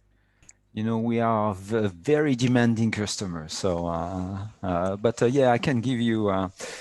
So, of course, as I said earlier, we're talking of very high performance. So we are looking for a laser system. So we're working with frequency double telecom approach that was presented by Eamonn. So we're working at 15-16 nanometers. And for the seed lasers that we're looking for, typically we're looking for a laser with a very narrow line width and very clean spectral features. So typically less than 50 kilohertz with a side mode suppression ratio that's very high. I don't remember the exact numbers, but I can provide specifications for that.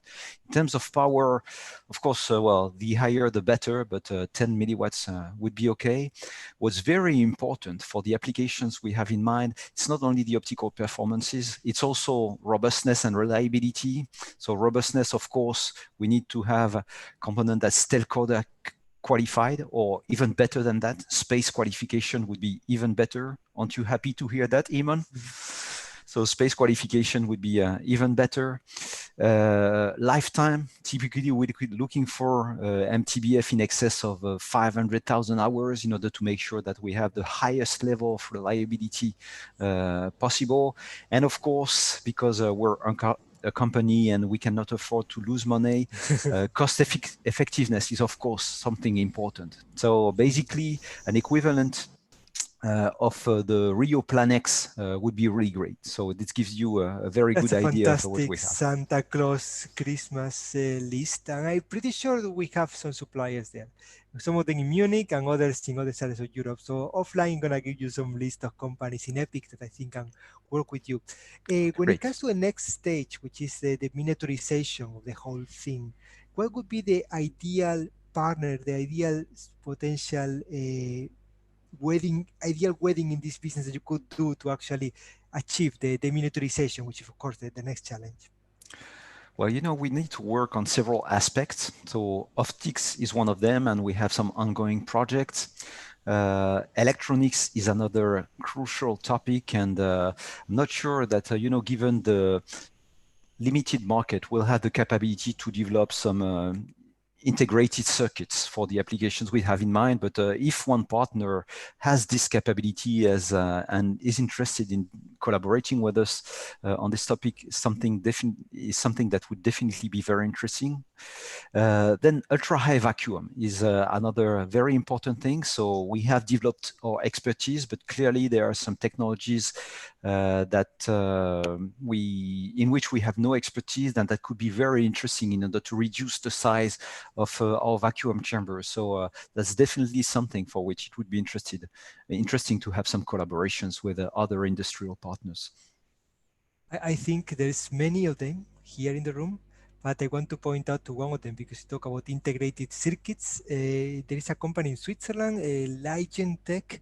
Is there any of the messages, any of the challenges presented by Muquans resonates with perhaps the capabilities that you can bring by making the dream of Eamonn come true, bringing silicon nitride as close as possible to space, so already in space?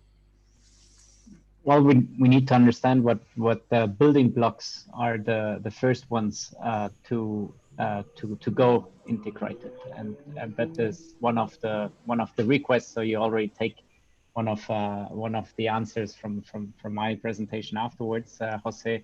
That's one of the requests to the community to to understand what kind of building blocks are needed to make that happen. And in your case, I assume you need some kind of traps or openings in the silicon nitrides to trap the atoms and ions.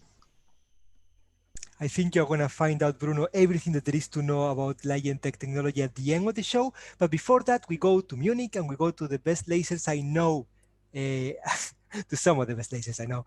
Jürgen, thank you very much for being with us. The floor and the attention of everyone and my friendship is yours. Thank you very much. I hope everyone can hear me. Can you see the presentation?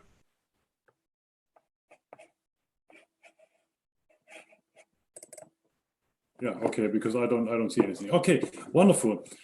So thanks very much for organizing this online meeting, and hello to everyone, especially the ones I know since a long time. So special hello to Jose and Bruno. It's a great pleasure to be here. Let me just quickly introduce Toptica to those who do not know yet our company.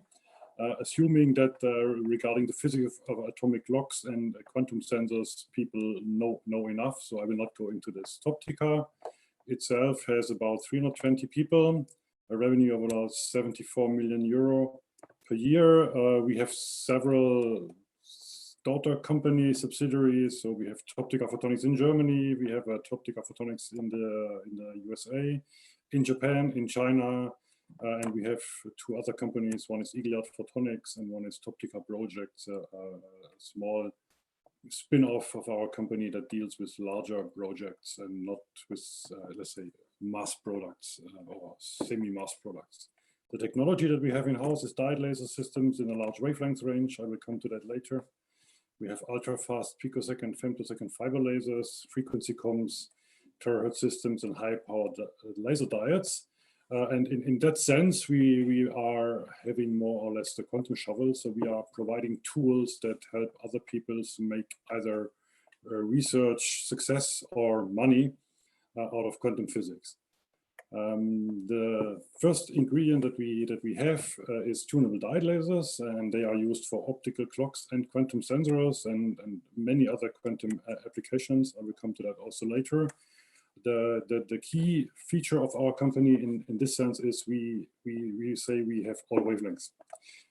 With lasers, that means we can go down to 190 nanometers. That's the lowest wavelengths that we have already supplied to a customer, and we can go up to about 3.5 micron.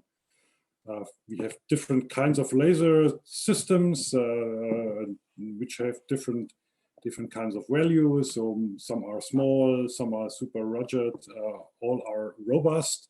And specific for quantum applications, we have very narrow line widths. So typically the lasers have megahertz or sub 100 kilohertz line widths, but we have also special lasers that can reach line widths of the order of 1 hertz, if that is required. And we also have specific modifications of lasers such that they are most best adapted to use in terms of quantum computing, for example. So there are special versions, and we are always happy to develop the lasers according to the needs of a user. The next thing that we also have in-house is a super stable frequency comm. You have to remember these 3 words here: compact, robust, and high-end. You see the picture here. So it has a very specific technology that guarantees always 0 offset frequency, which is a very nice way of having a stable frequency comm.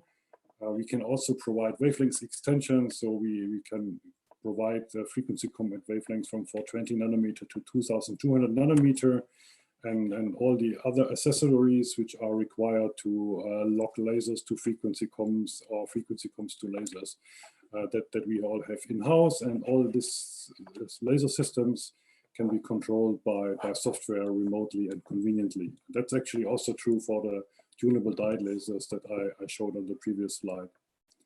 The latest step with respect to the laser systems that we have done just recently is we have managed to modify our lasers, all the lasers that I've shown before, so it's the tunable diode lasers and the frequency comm and the extensions, in such a way that you can achieve the same of performance that you know from an optical table within such a rack type of system. So this is the next step towards industrialization, and it's a very, very nice setup, and you can have nearly all types of lasers that we provide in a setup like this, either as a module for your own rack, or if you want to have it perfect, then you also get the rack integration from us.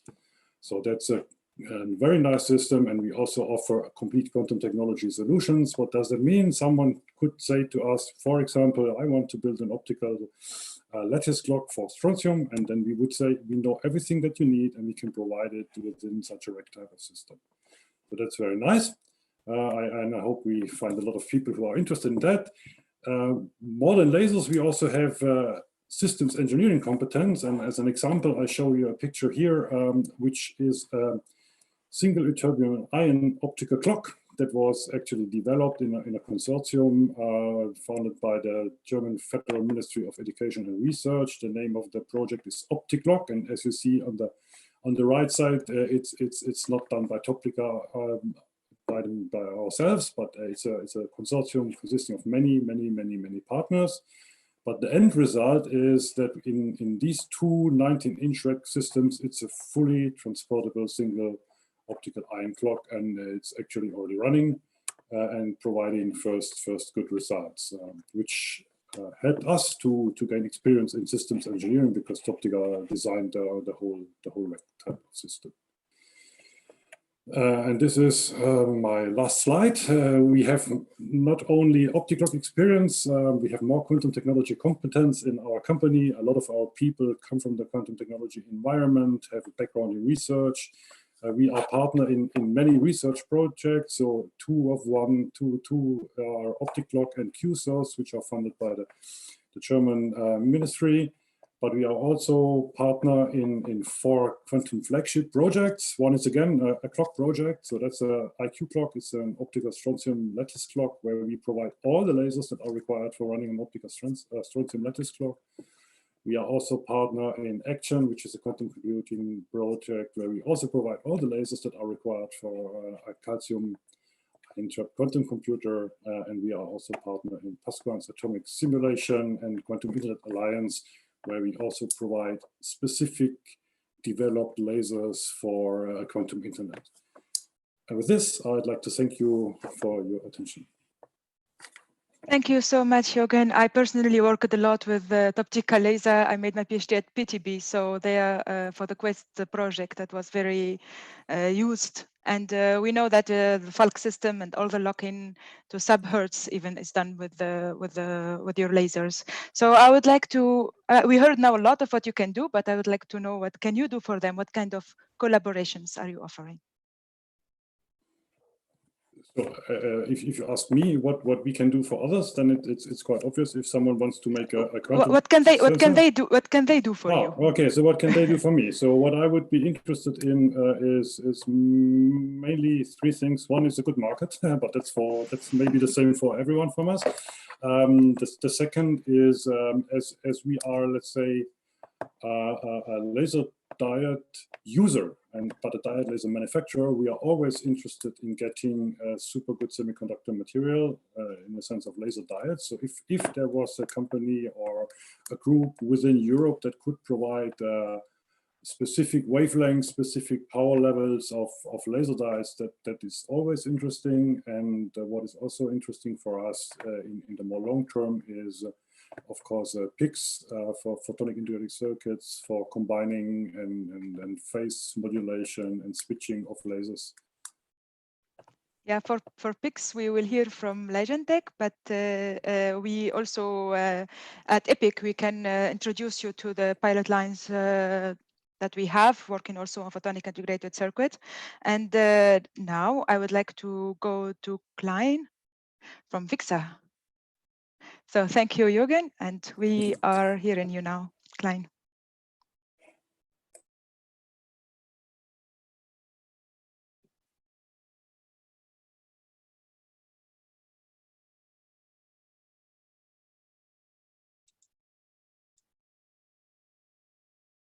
Hello, is that good? Hello.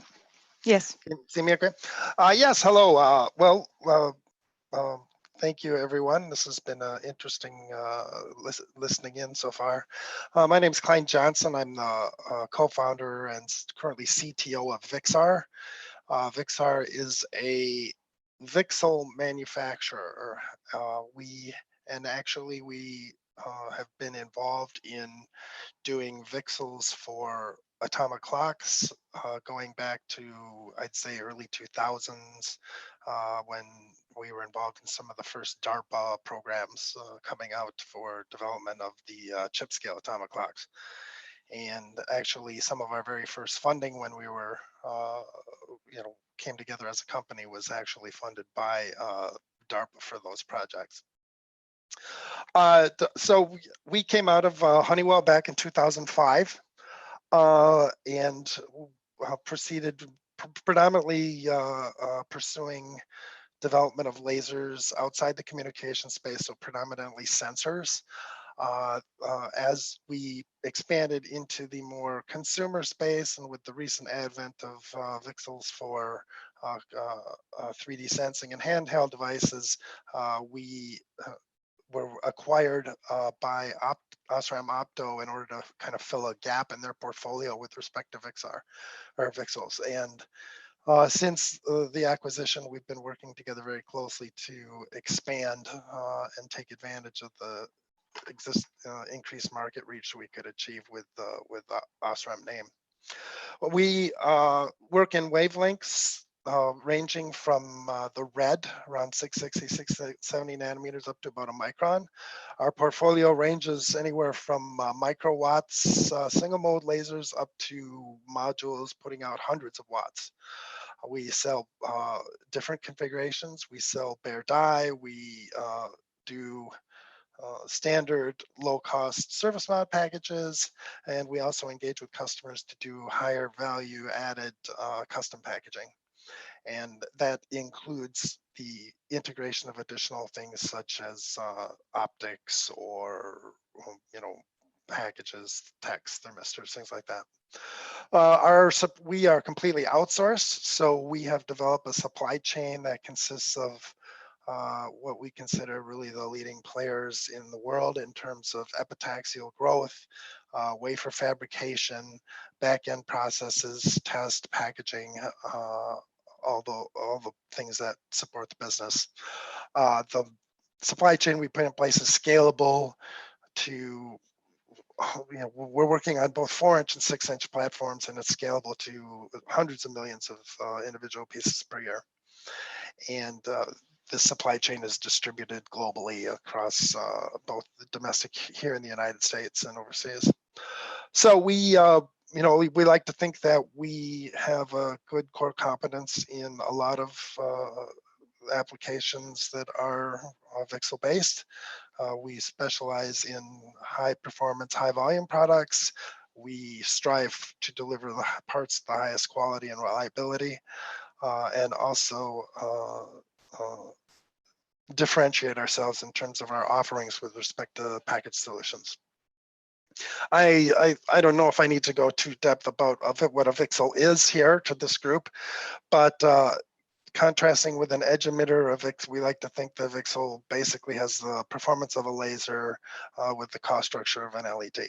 So a single wafer might have, a 6-inch wafer might have 250,000 parts on it.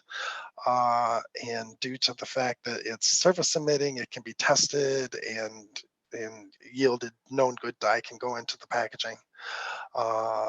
This type of packaging can leverage on existing LED packaging, so a surface mount, chip on board, and the other the arrayability now is what's allowed us to get to these very, very high power emission sources.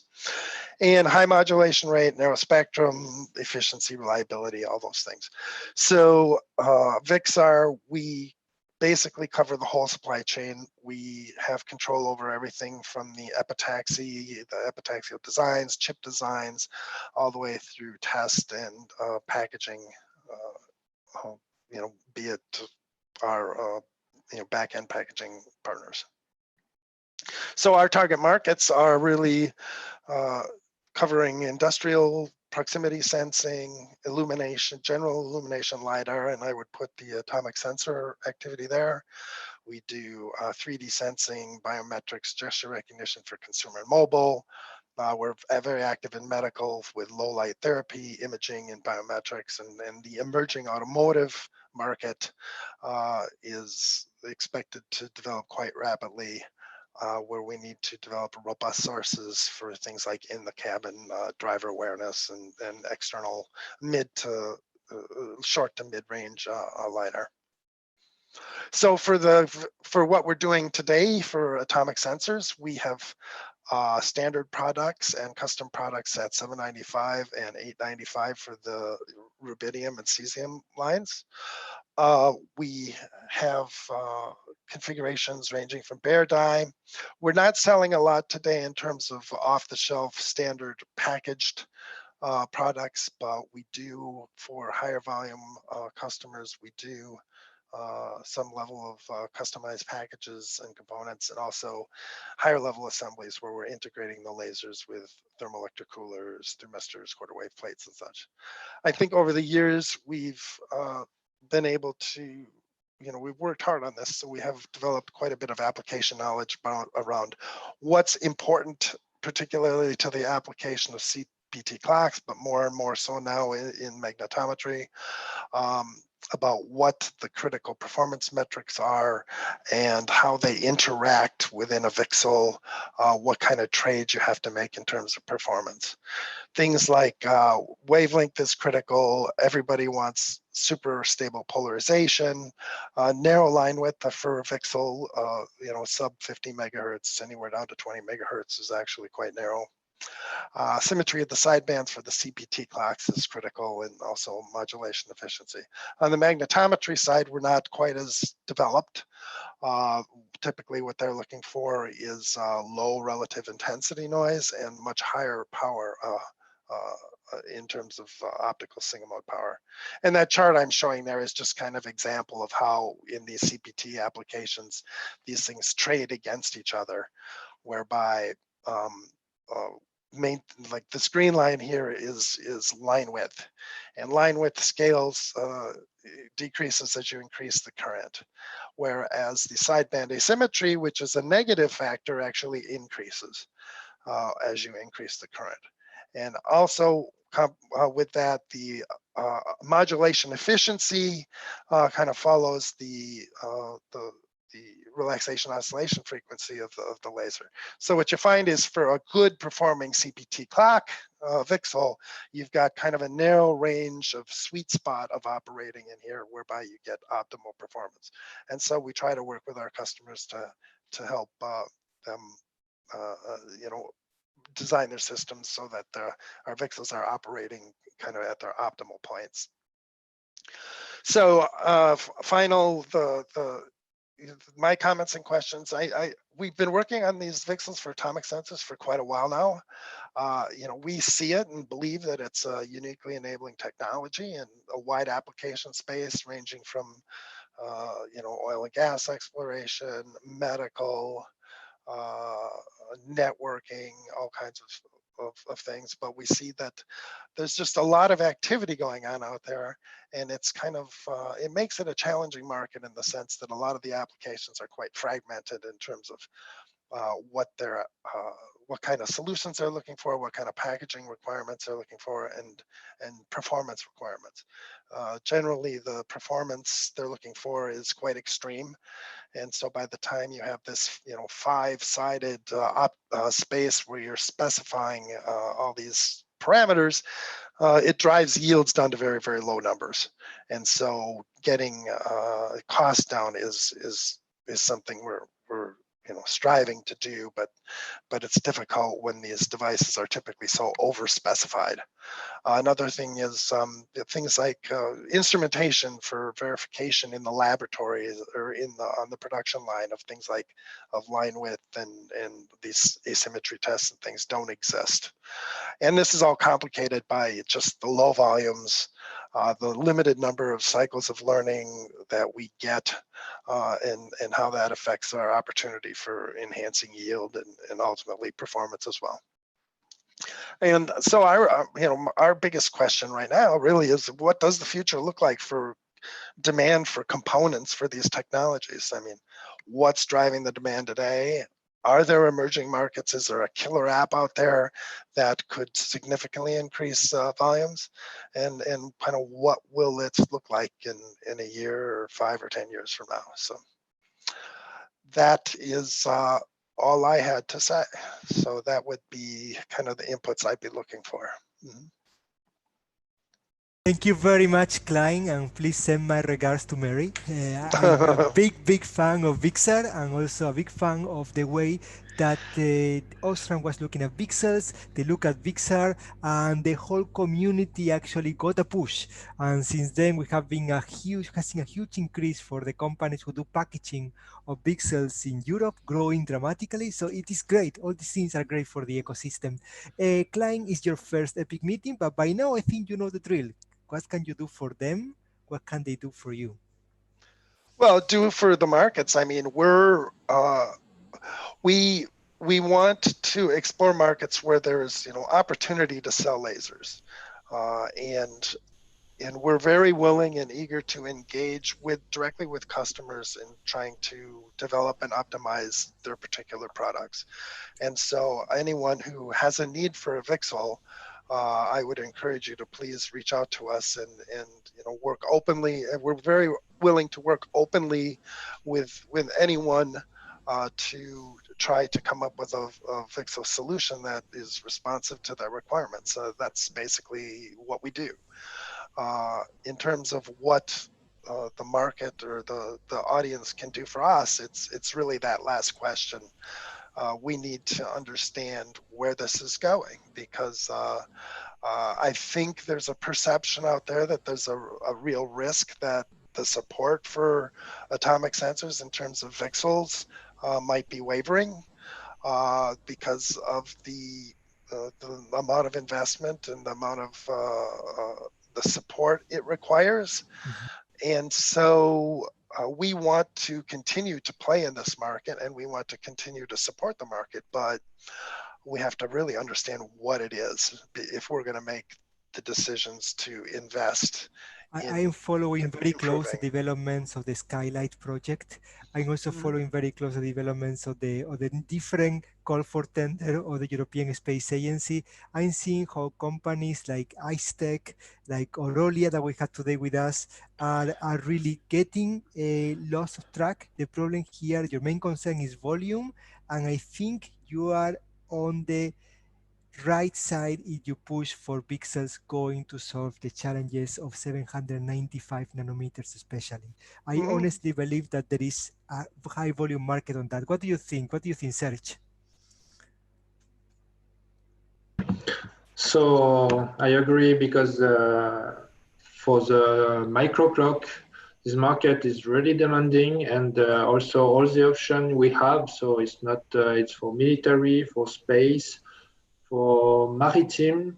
So the actual microchip, Microsemi, presented some numbers. They sold 120,000 clocks for the last 10 years, and most of them the last few years.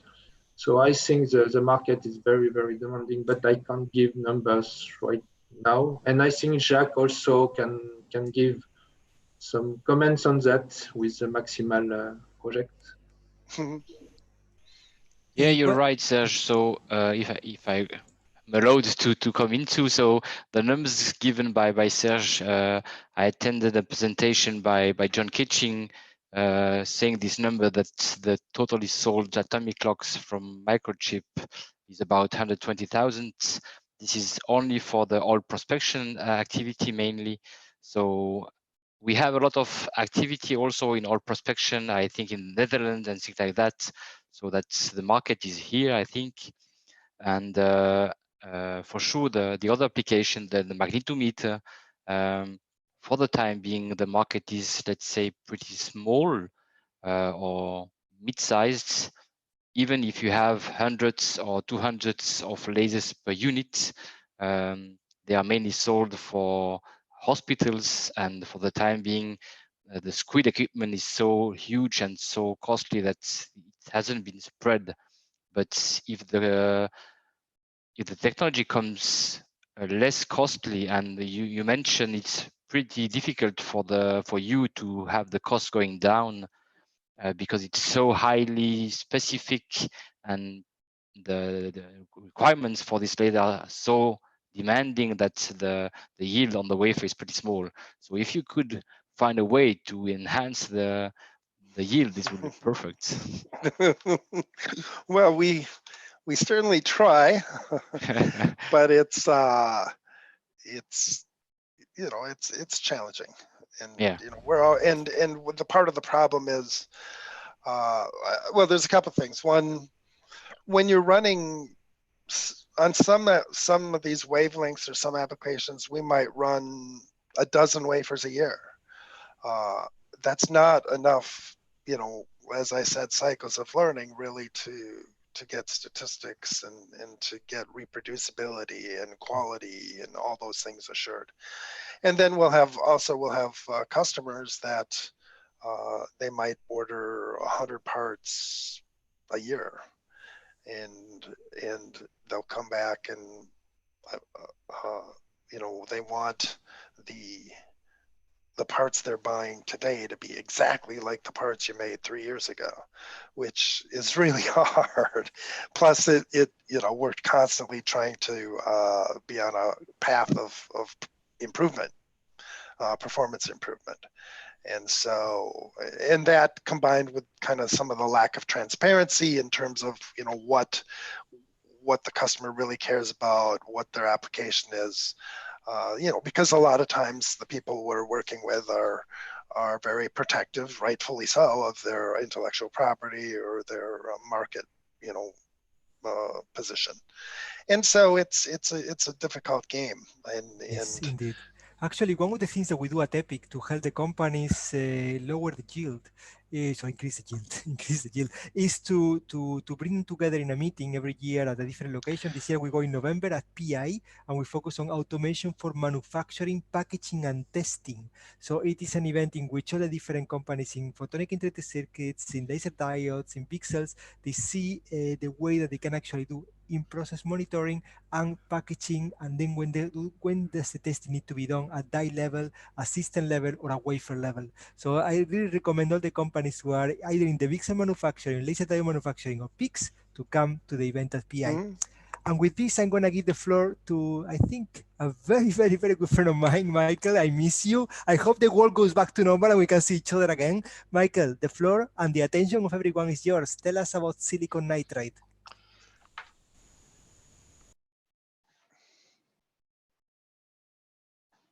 Yes, thank you very much, Jose, for the introduction, and I miss you too. We have to have these online meetings, so now we should get the beers out. I'm happy to be in this meeting, and I will be the last speaker here to talk about low loss integrated optics and give a bit of a view.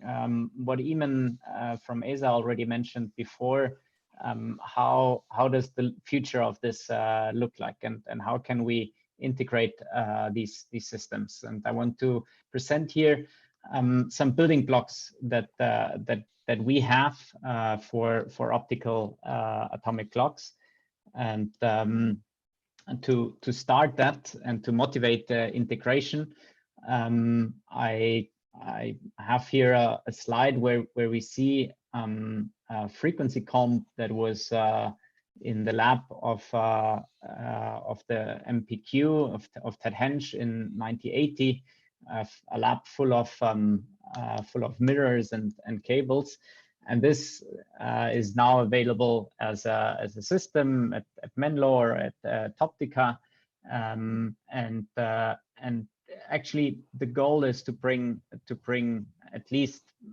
part of the functionality down to the chip size that is portable and potentially can go in the space. A word about Leichtentech.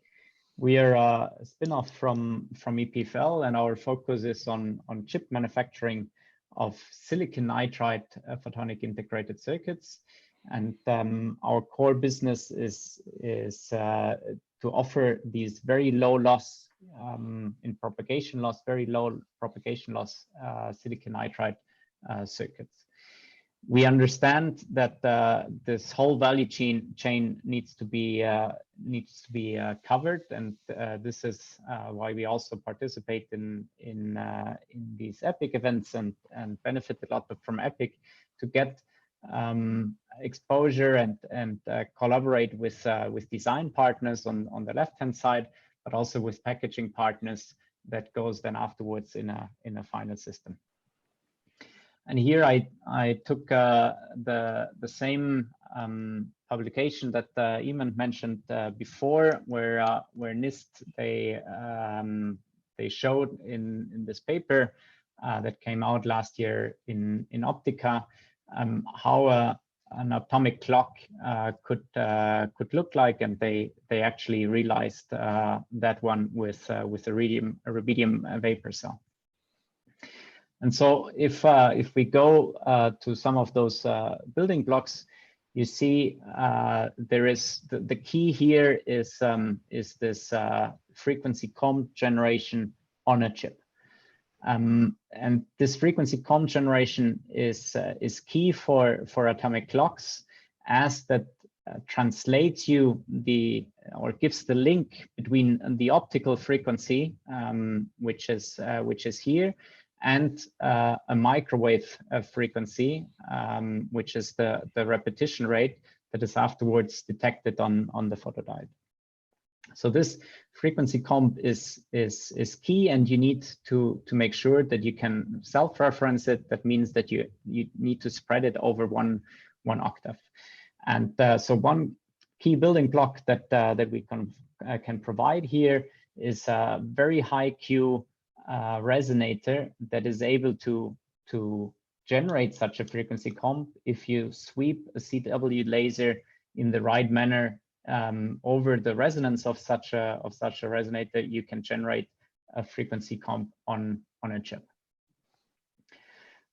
Next building block or capability that we have is you always need to bring the light on the chip or out of the chip, and we have seen different technologies today, VCSELs or lasers. You need to have the right couplers to get efficiently light on the chip, and there we have the capability to engineer the mode size at the end of the chip, or also can directly bond a laser on the chip to have heterogeneous integration of a laser onto our silicon nitride.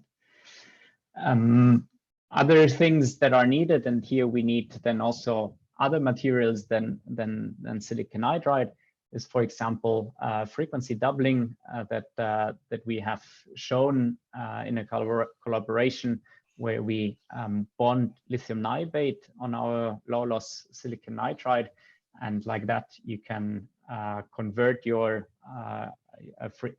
you can double the frequency on a chip with a lithium niobate piece.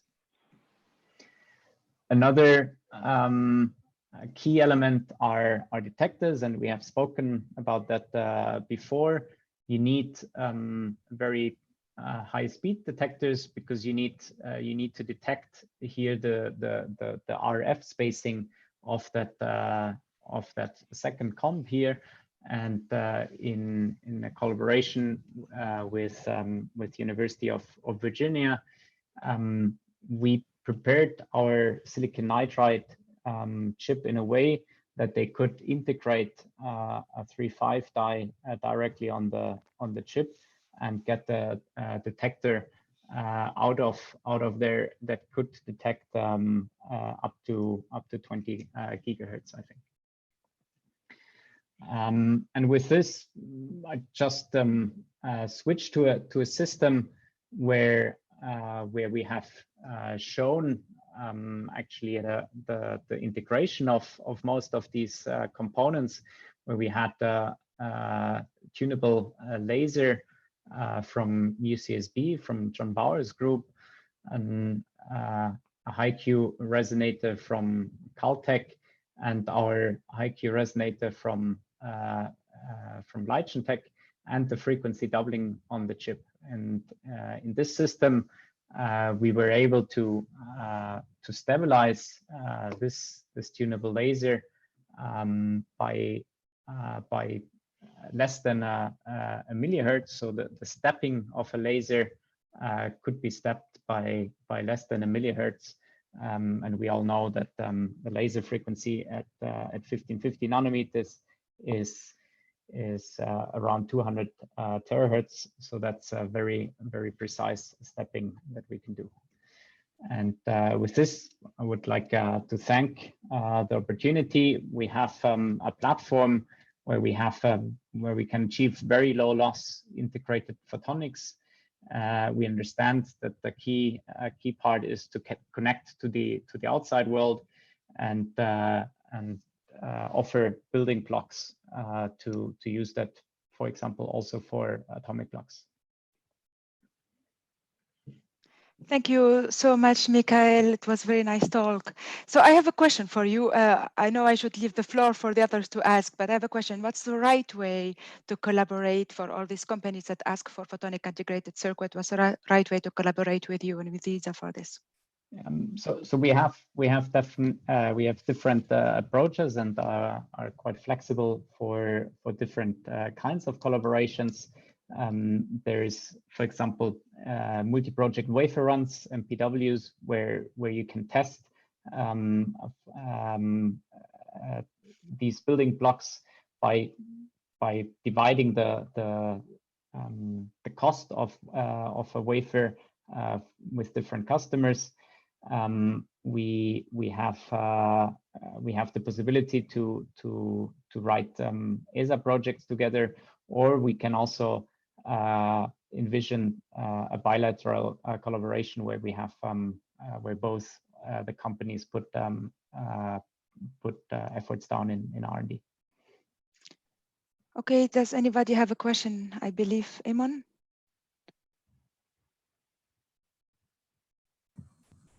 Well, actually, Henry. Michael and myself are. Oh. You hear me? Yeah. You can hear. Okay. Yes, Michael has a contract running with ESA at the moment. And a very interesting article you just showed. It just goes to show you how far people have progressed very quickly, because it's a very dynamic area, and that's the difference between this integrated photonics approach. It's just the amount of work that's focused in on this is so huge that there are bound to be dramatic developments in the next very, very short time. Henry, you also have a question, I believe.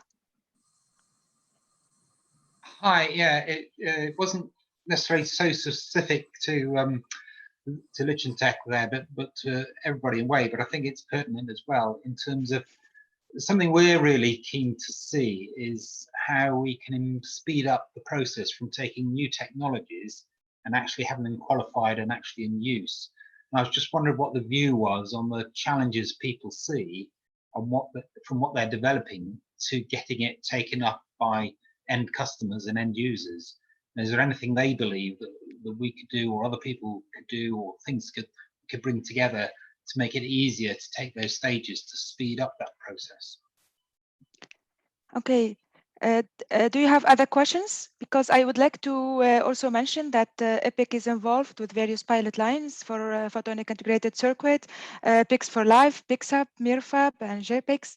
My colleague, Dr. Ana Gonzalez, can help you get in touch with these pilot lines and know more about that. They do photonic integrated circuits, include design houses, other foundries, packaging, and so on.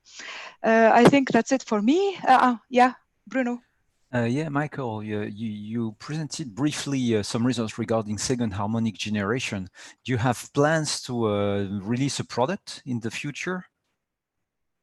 So that is a possibility to have kind of define building blocks as components and have a component that we can sell.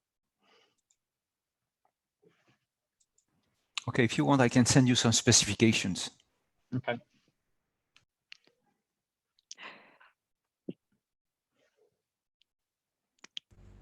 I think it has been a fantastic meeting. I really enjoyed it myself. I really cannot wait to go back on the road and see all of you and start doing these connections one to one when we see each other and we touch each other. But now at least here we got as close as we can be, and I think there's room for a lot of collaborations.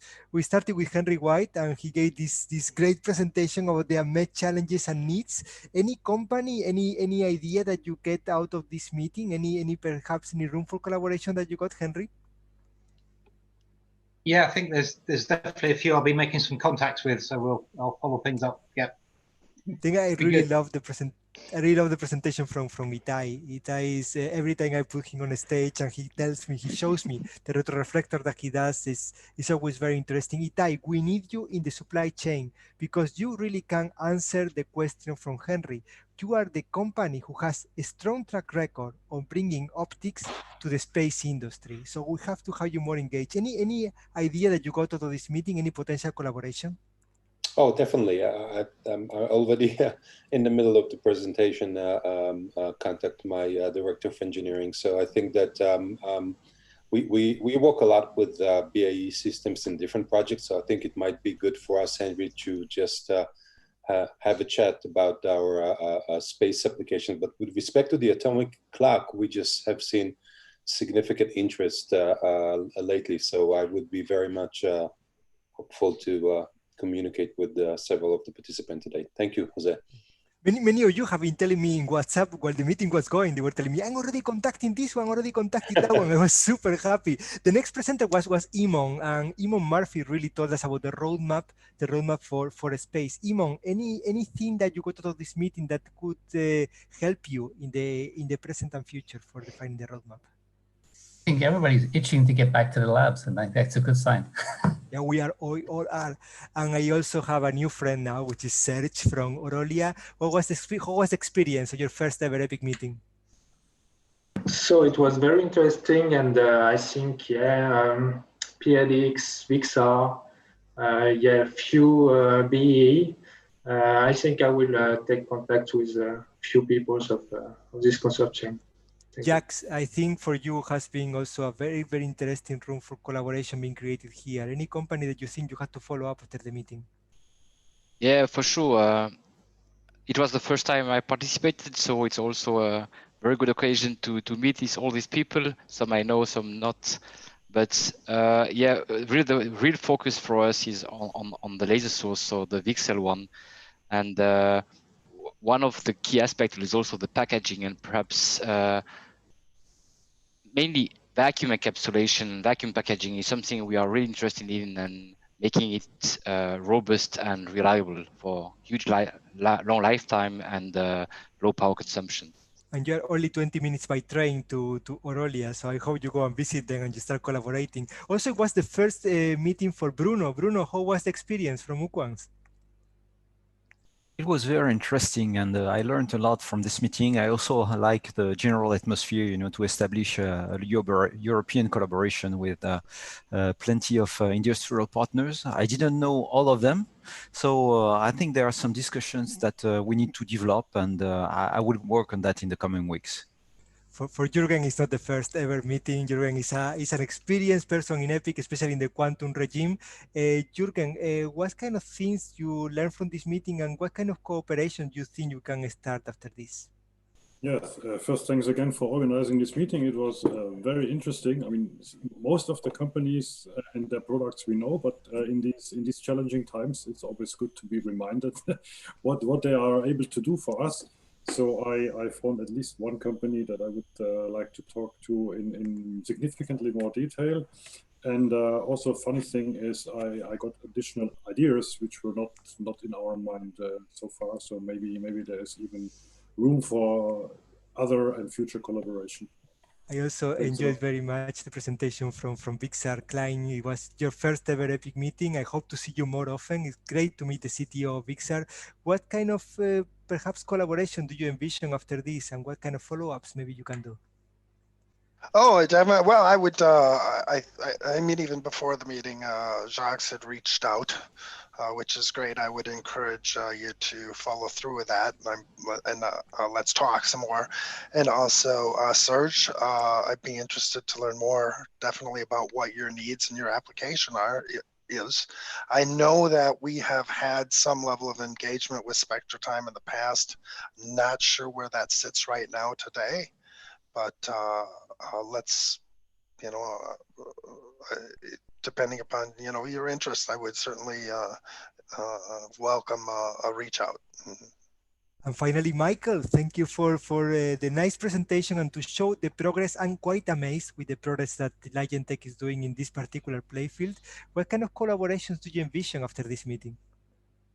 I had so I think it's surprising that we have these quantum meetings and we it's not the first meeting I am at EPIC, but there's still always some new companies that I wasn't aware of, and I will definitely reach out to some of them to see if we can do something together. So 2.5 hours, and all of you have created at least one, but most of you I counted, most of you was 2 or 3 potential collaborations. So I think it's really effective. Sometimes you go to a conference for a few days and you get back with 4 or 5. It has been 2.5 hours and we managed to get to know each other very well. You have made me very happy, but I cannot wait for this virus thing to go over and go back on the road. Until then, take care of yourself, stay home, take care of your families, enjoy the family time. And if you have time, give me a call. I always like talking to you. Until the next time, be epic. Bye-bye. Thank you so much. Thanks. Thank Thanks you. a lot. Thank you. Bye. Thank you. You made it fun. Mm-hmm.